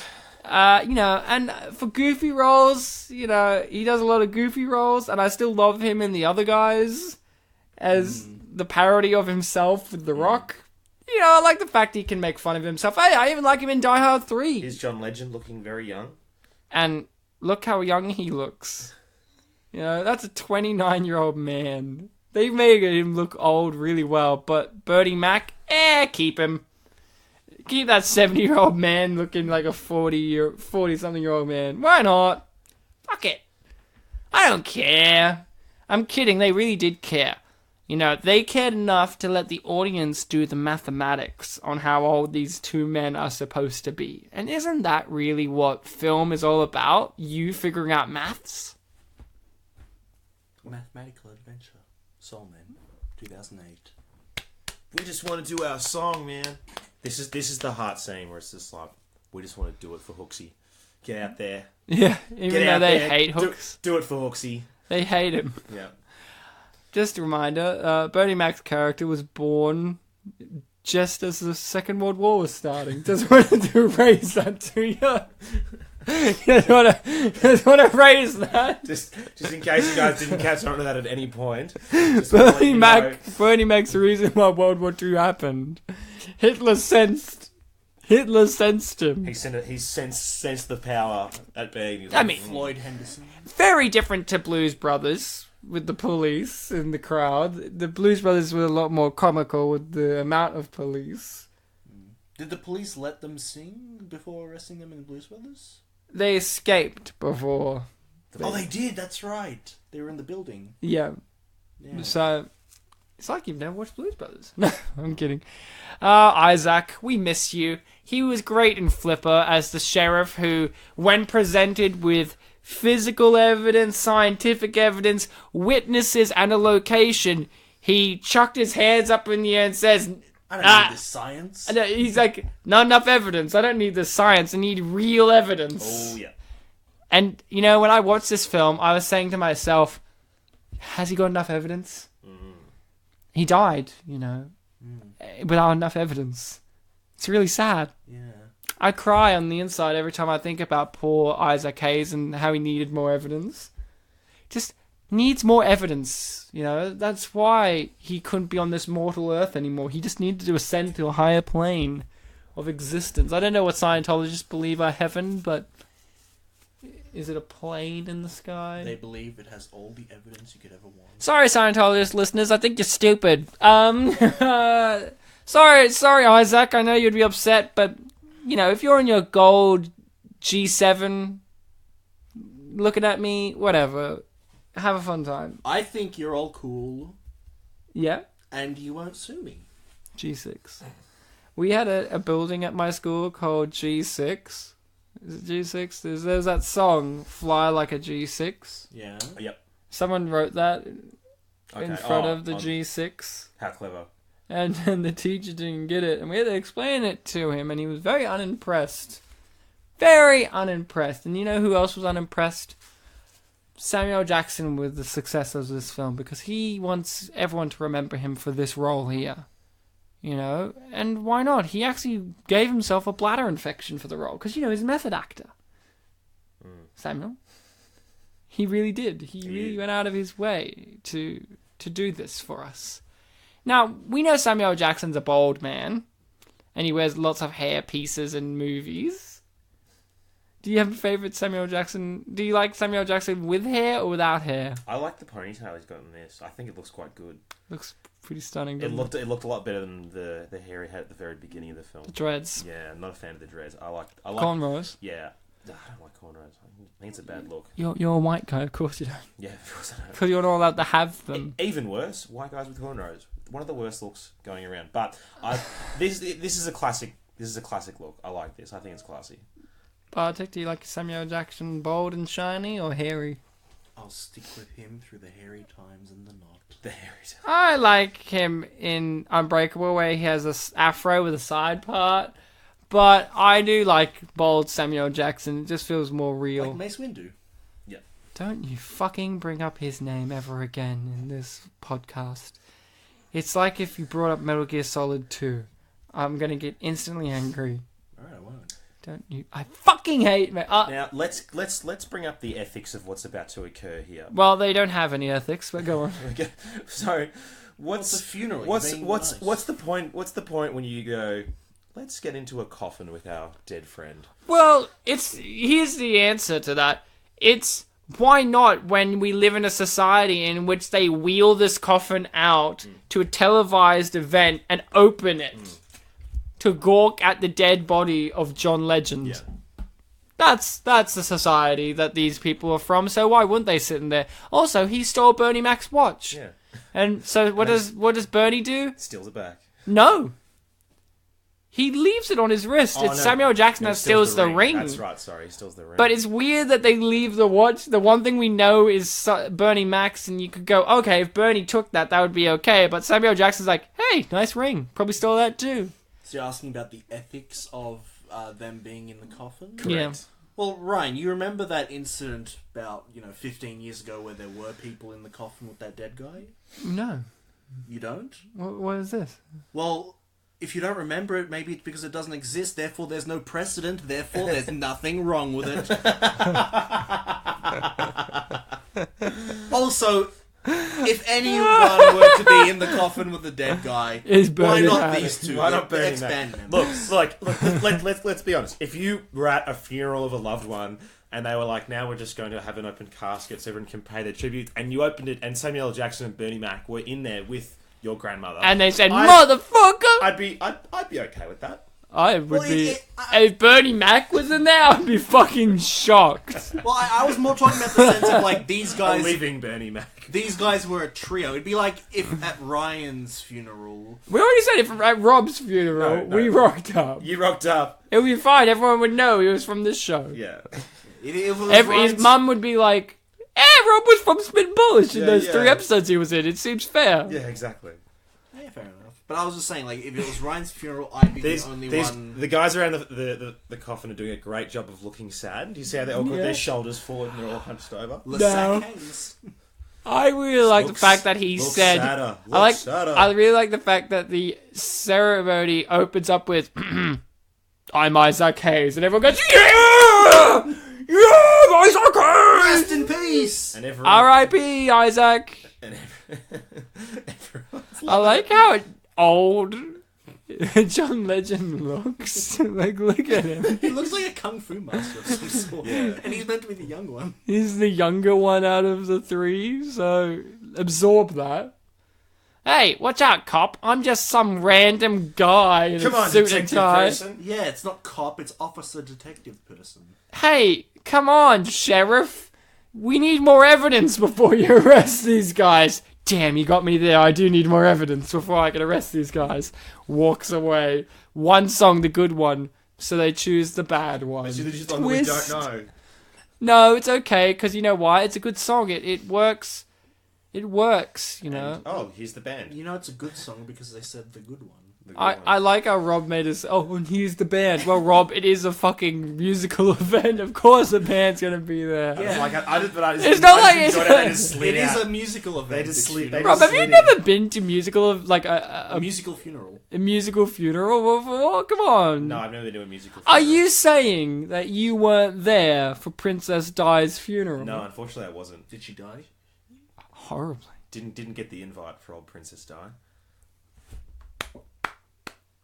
I know. Bernie- I'm still reeling from it. Elton John didn't want to invite you. That's No. He was like, I can invite this person or Rob Crawford from Melbourne, Australia. who wasn't born yet. Say Elton John. no. Yeah. You know what his middle name is? No. His middle name is Hercules. Is it? Yeah. That's a fun fact. Here's a fun fact. Elton John is apparently a key player in Kingsman 2, The Golden Circle, as himself. There you go. Just absorb that in. No, lizard! Don't drink that! It's like the second time in 5 minutes you told us to absorb something. Absorb it. Okay. Breathe it in, guys. Breathe it in. Soak it in. Other similes. I got a thesaurus here. Let's use it. Semialists. No, that's not how you say it in English, say. Debt. There you go. Depth. Yes. Everyone's got the moves.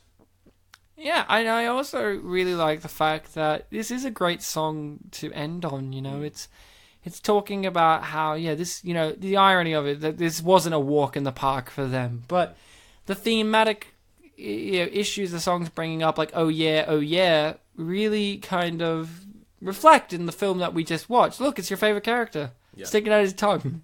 That was sexy, Yeah. you know. Rob, how did you feel with the film ending the way it did? It was unexpected. That's an understatement. Yeah, I was quite perplexed at the ending. Now, look, I'll preface it by saying I was up quite late when I watched this. As you were both aware during the week, I was having some issues locating a copy of the film. I managed to do so, and I was wired.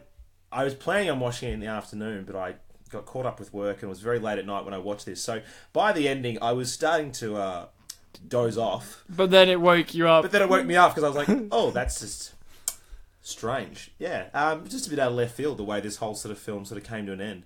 But yeah, I really enjoyed the song and yeah. Oh, there he goes. It's weird. In Flipper, he could act everything really pretty well, but in this, fucking clapping's a real hard deal for Isaac to do naturally. He's playing himself, so... Oh, it's hard to play yourself, Yeah. but if you're playing Sheriff of Flipper Town... Actually, Ryan, I think he's playing it perfectly. This is how he would do it. This is how Isaac would have clapped. And is this the guy how he would dance? I don't know. All the cops are getting It involved. sounds homophobic, but that detective's dancing very gaily, wasn't he? He was like biting his upper lip and going, And I just don't know. Something about it just makes me feel like that detective would be the kind of guy with glow sticks at a dance club. I'm their manager. Oh, there he goes. And he gets laid again. But it's like by 5 women. Yeah. So it's like 5 times the Bit laid. much, yeah. He doesn't have 5 penises. Is he still wearing the G-string thing? Underpants. I Yeah. hope so. It works for him. Rob's been wearing the exact same one. He bought it on eBay. Yeah, well, I thought I'd get into character by coming in dressed as him today. So And I've you've been I've annoying, and he's been our annoying white sidekick throughout Yeah, the whole episode. I've- So you really nailed it. Say your catchphrase, Rob. Woo! His catchphrase is "What the hell, woo." Great catchphrase, Rob. Motherfucker. No, that's not your catchphrase. That's Samuel L. Jackson's. Was my catchphrase Percy Jones? I don't know. Yeah, your Percy Jones is him saying his own name. Yeah. Percy Jones. And sepia ending, Yeah. which is sweet. And look, all three of them. Look, they got good versions to play the kid versions of them. Oh, that's so That really is John Legend there, though. Yeah, They didn't get a kid that's version. actually- They just didn't put old man makeup on him. He insisted on being every facet of his life. And, before we do our reviews and ratings and read the YouTube comments, let's just acknowledge how sweet this is that they put this in for the credits to highlight the artistry and comedic integrity of Bernie Mac, and also just a little bit chuck in the importance of Isaac Hayes by having a little bit of him and then a famous song of his play for the majority of the credits. I think it's really sweet of them to do this. It adds a real kind of sad, bittersweet tone to the ending of the movie, because it is one of these things where it's like, well, look at him here, like he was just a natural entertainer. He just had a real knack for just being, just entertaining, really funny. And Definitely. this is a movie that is good to end on,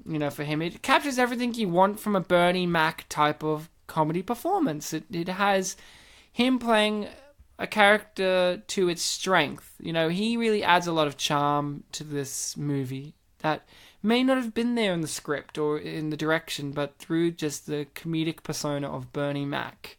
I really like that they included this. A part of me was like, oh, gag reel. And then I actually said, why is it just a Bernie Mac? Oh, yeah, that's right.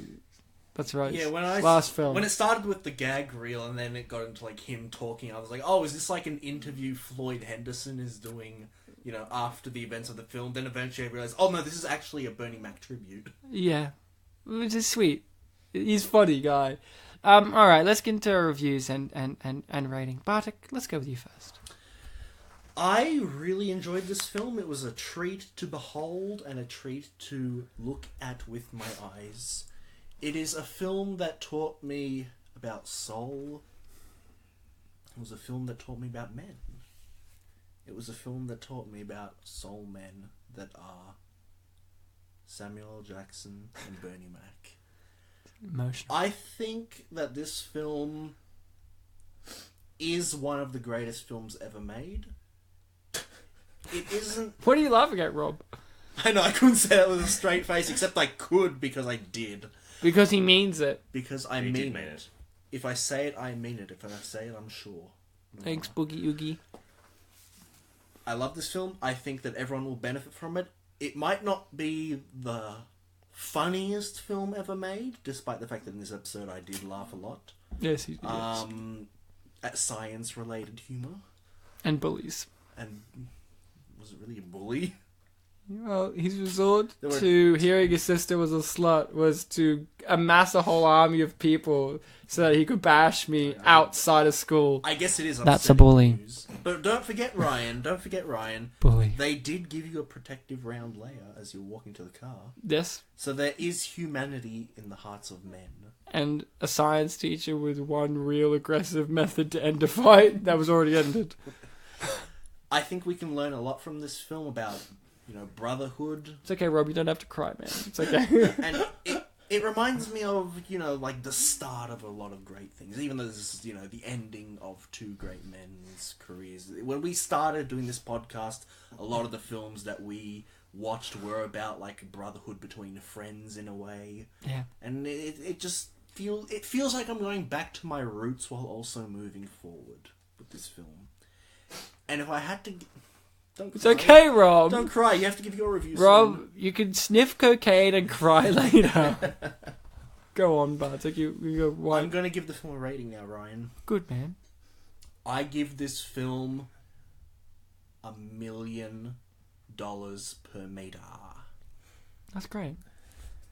Call back to Frank Walker. Whoa!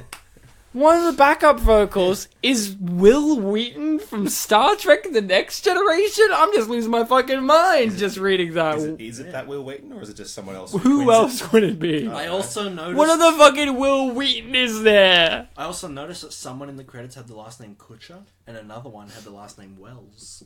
And they're all called Ashton. Rob, let's hear from you since you're getting so emotional. Roller coaster is how I describe this film in one word. There was a lot of ups, there was a lot of downs, there were some bits in the middle where I wasn't quite sure what was going to happen, and then it all came back around to the beginning. And some erections. At the end, just like a roller coaster does. I was very confused with a few characters in particular. I'd like to give a special mention to Lester, or Rat Boy, as he's should be known as. But look, overall, I would recommend this film to others.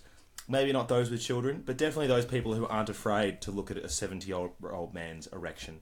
As Jennifer Coolidge bites it. Yes, I'll give this film 3.5 motherfuckers out of 5. Wow.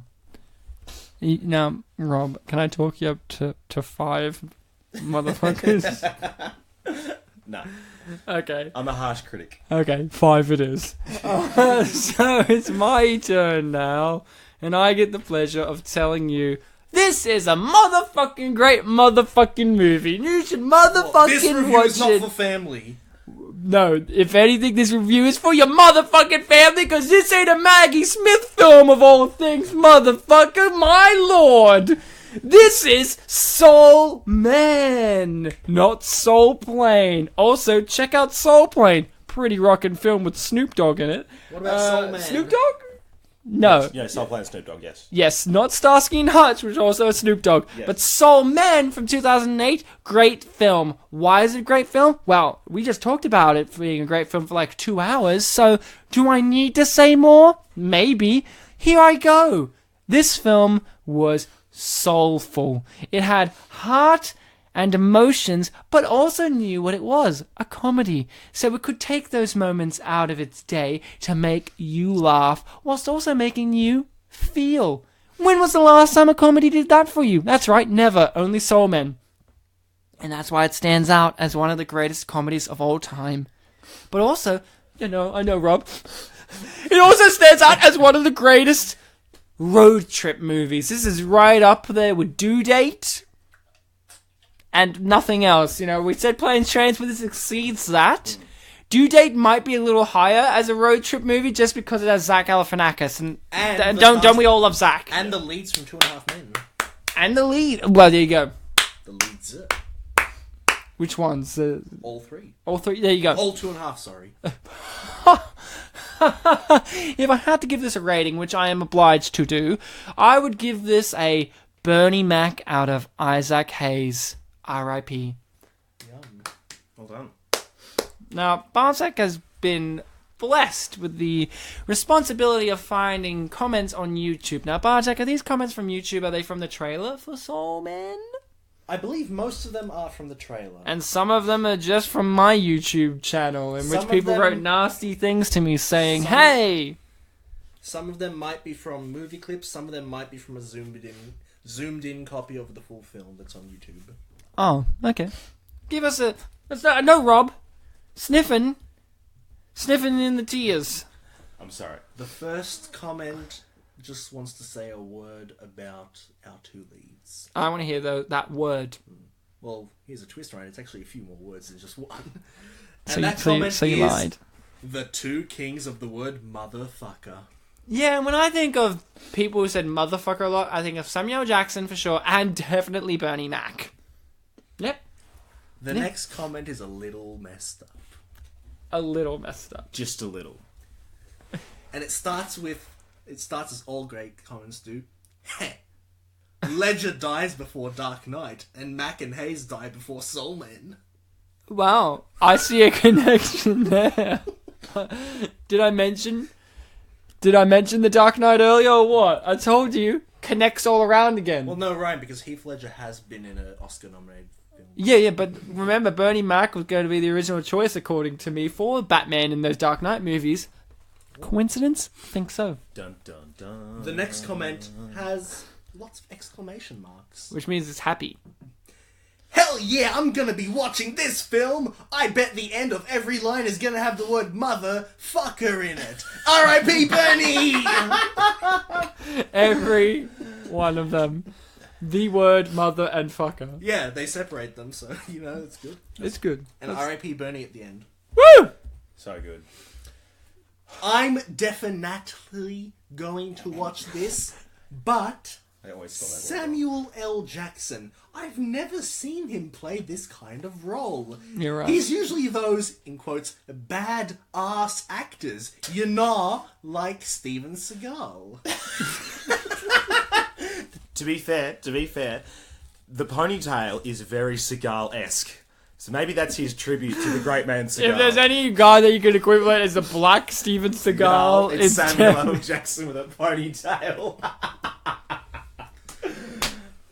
That's the best comment I've ever heard. The next comment describes their physical context while watching the film. Oh, great. I saw this stoned. Only reason, and that's Stifler's mom. Well, they watched it and they recognized someone. That's good. I recognized people in this too. I'm glad While they you're did. stoned? Now I'm a podcaster and you can do it too. Let your dreams come true. There we go. Next comment is worth every motherfucking cent. OD funny. They like the F word, Lamau. I like how the F word was the censored part, but they said motherfucker earlier. Well, it's motherfucking. Oh, fucking, but you know. Without the G. So, you know. Motherfucker. Oh well, Rob, you gotta cut down on the motherfuckers. Yeah. Go, motherfucker. The next comment is, okay, so this is the second movie this year I saw where, as in wear clothes, a chick is in with dentures and gums the guy. The first one I saw was Yes Man. Oh. Oh! Oh, I've never seen Yes Man. I have, and I don't remember that. Yeah. Yeah, well, you don't remember Jim Carrey wanting to get a blowjob off a gumless, a gum Let's woman? see it again. I remember liking A it. toothless woman. A toothless, haggy woman. It was also Jennifer Coolidge. Strangely enough. This next comment I can tell is from the zoomed in full version of the film on YouTube because it quotes a time stamp and a quote from that time stamp. Oh, I remember the quote already. Oh, the one from 44 minutes and 45 seconds? Yeah, go on. The comment is 44 minutes, 45 seconds. Quote, get the fuck out of my grill, fo you get killed. Yeah, that was Lester. End of quote, when Lester's album coming out. Yeah. That's a question, sorry. When is it? When's Lester's album coming out? Dude, I've got some wicked news for you right now. If you go on a website called LimeWire, you can download it right now. Check it out. This next comment I alluded to much earlier in this episode. He alluded to it, Robbie. Alluded it big time. Robbie Rocket Pants. You never see his dog! That's fucking funny! There it is. That was Rob. That was it. Rob wrote that one. That was, yeah, I wrote that yesterday, yeah. He wrote that one, yeah. For the next two comments, I just wanted to get something genuine. Oh, good. Okay. Don't you want something genuine, The Rob? first of the two genuine comments is, loved it. Thank you. Good. I'm glad they did love it. Somebody had to. And the second of the two genuine comments is, thank you for this, and they make a new paragraph, brilliant movie. Oh, they had to stop themselves. Thank you for this. Brilliant movie, guys. Next comment is in all caps. They should read YouTube comments out at the Oscars when they present people the award and they go, Yeah. and here's the live comment feed from YouTube. Good, thanks, enjoyed, thumbs up. And the Oscar winner for Best Picture is The Shape of Water. And here is what this YouTuber had to say about Shape of Water. Me like a fish stick. XD, XD. I like fish sticks. No, just the one dick. Just fish sticks. The next comment is in all caps. I remember this movie because I couldn't forget what terrible singers they were. This movie was a major fail and it's pretty obvious why. Yeah, because you didn't like it, and you wrote that comment there, and it became a failure. Because, you know, your voice, your single voice on YouTube, is really what defines a generation. Ryan, you don't have to respond because this one has responses. Oh, good! The first one is very leveled all lowercase. I think I own them, though, just saying. It's F and 3 asterisks, you bitch. So I think it means fuck you, bitch. No, it's full, bitch. Oh, I see. The next response is, And it is pretty obvious why you are from the NRA, and in brackets, National Retards Association. Whoa! It's a reference to the film. What? I actually understood that one. And the final response is, Bernie Mac can sang. Samuel can't, but I still don't mind hearing him sing. That taught you a lesson, Guys, motherfucker. Bernie Mac can sang. He could. Sang. Guys, we've got 3 comments left. It's the final comment. Third last. As a white Irishman. Rob, did you run this one? No, I'm not Irish. I'm sorry. I'm so disappointed. What the fuck are you? Very Australian. Crawford. Just Australian. As a white Irishman whose ancestors were Is that taken... your Irish accent? Well, then I stopped. Hey guys, let's do that thing where Ryan always says, "Is that your ex?" Hey, can I ask you something? Yeah. Where's Ireland? Ireland? It's in the UK, dummy. Anyway, the comment. As a white Irishman whose ancestors were taken to Barbados, I still think America...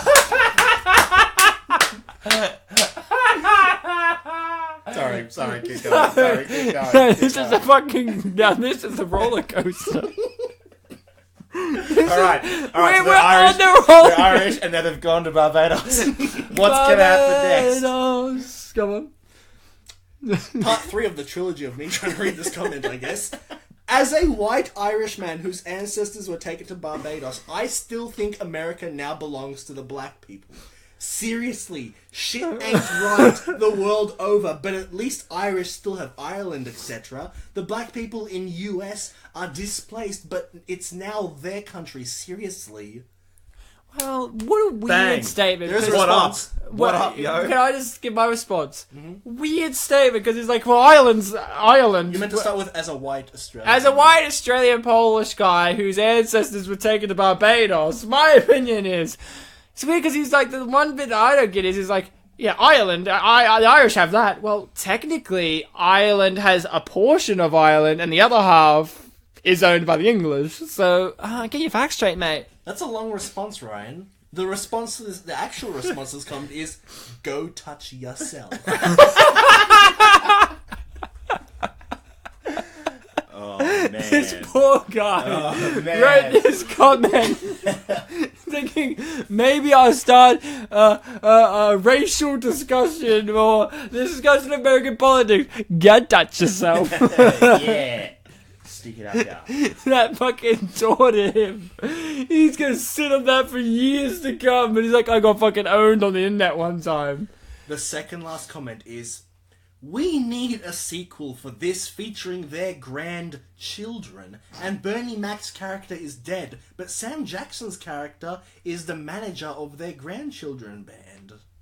So they just disown the white guy that Rob loves so much. Good. Well, he was the manager for them. Yeah, It's but the why next wouldn't he be... generation. Oh, you're right. It's next like generation. like Pokemon, different generations, yeah. Same main character, but... Last comment. The Dun last dun. comment starts with ellipses. Oh, good. ... Do your thing. ... Life would be so much easier if everyone would just their own thing and forget about it. Sorry. Please, apologize. Life would be so much easier if everyone would just their own thing and forget about Thrency Sayers. What? Right on. Right on, man. I don't know Right what on, that bro. is. I don't know. Right on, bro. They're trying to say naysayers. Yeah, I think so. Right Naysayers. on, But they say Right on. Thrency Sayers. bro. Right on, bro. Nissy sayers. Yeah, So, man, guys, I'm with that guy. Right on. Rob's saying right on, and Right I'm on. saying right on too, because guess what? We're right on at the end Right now. on.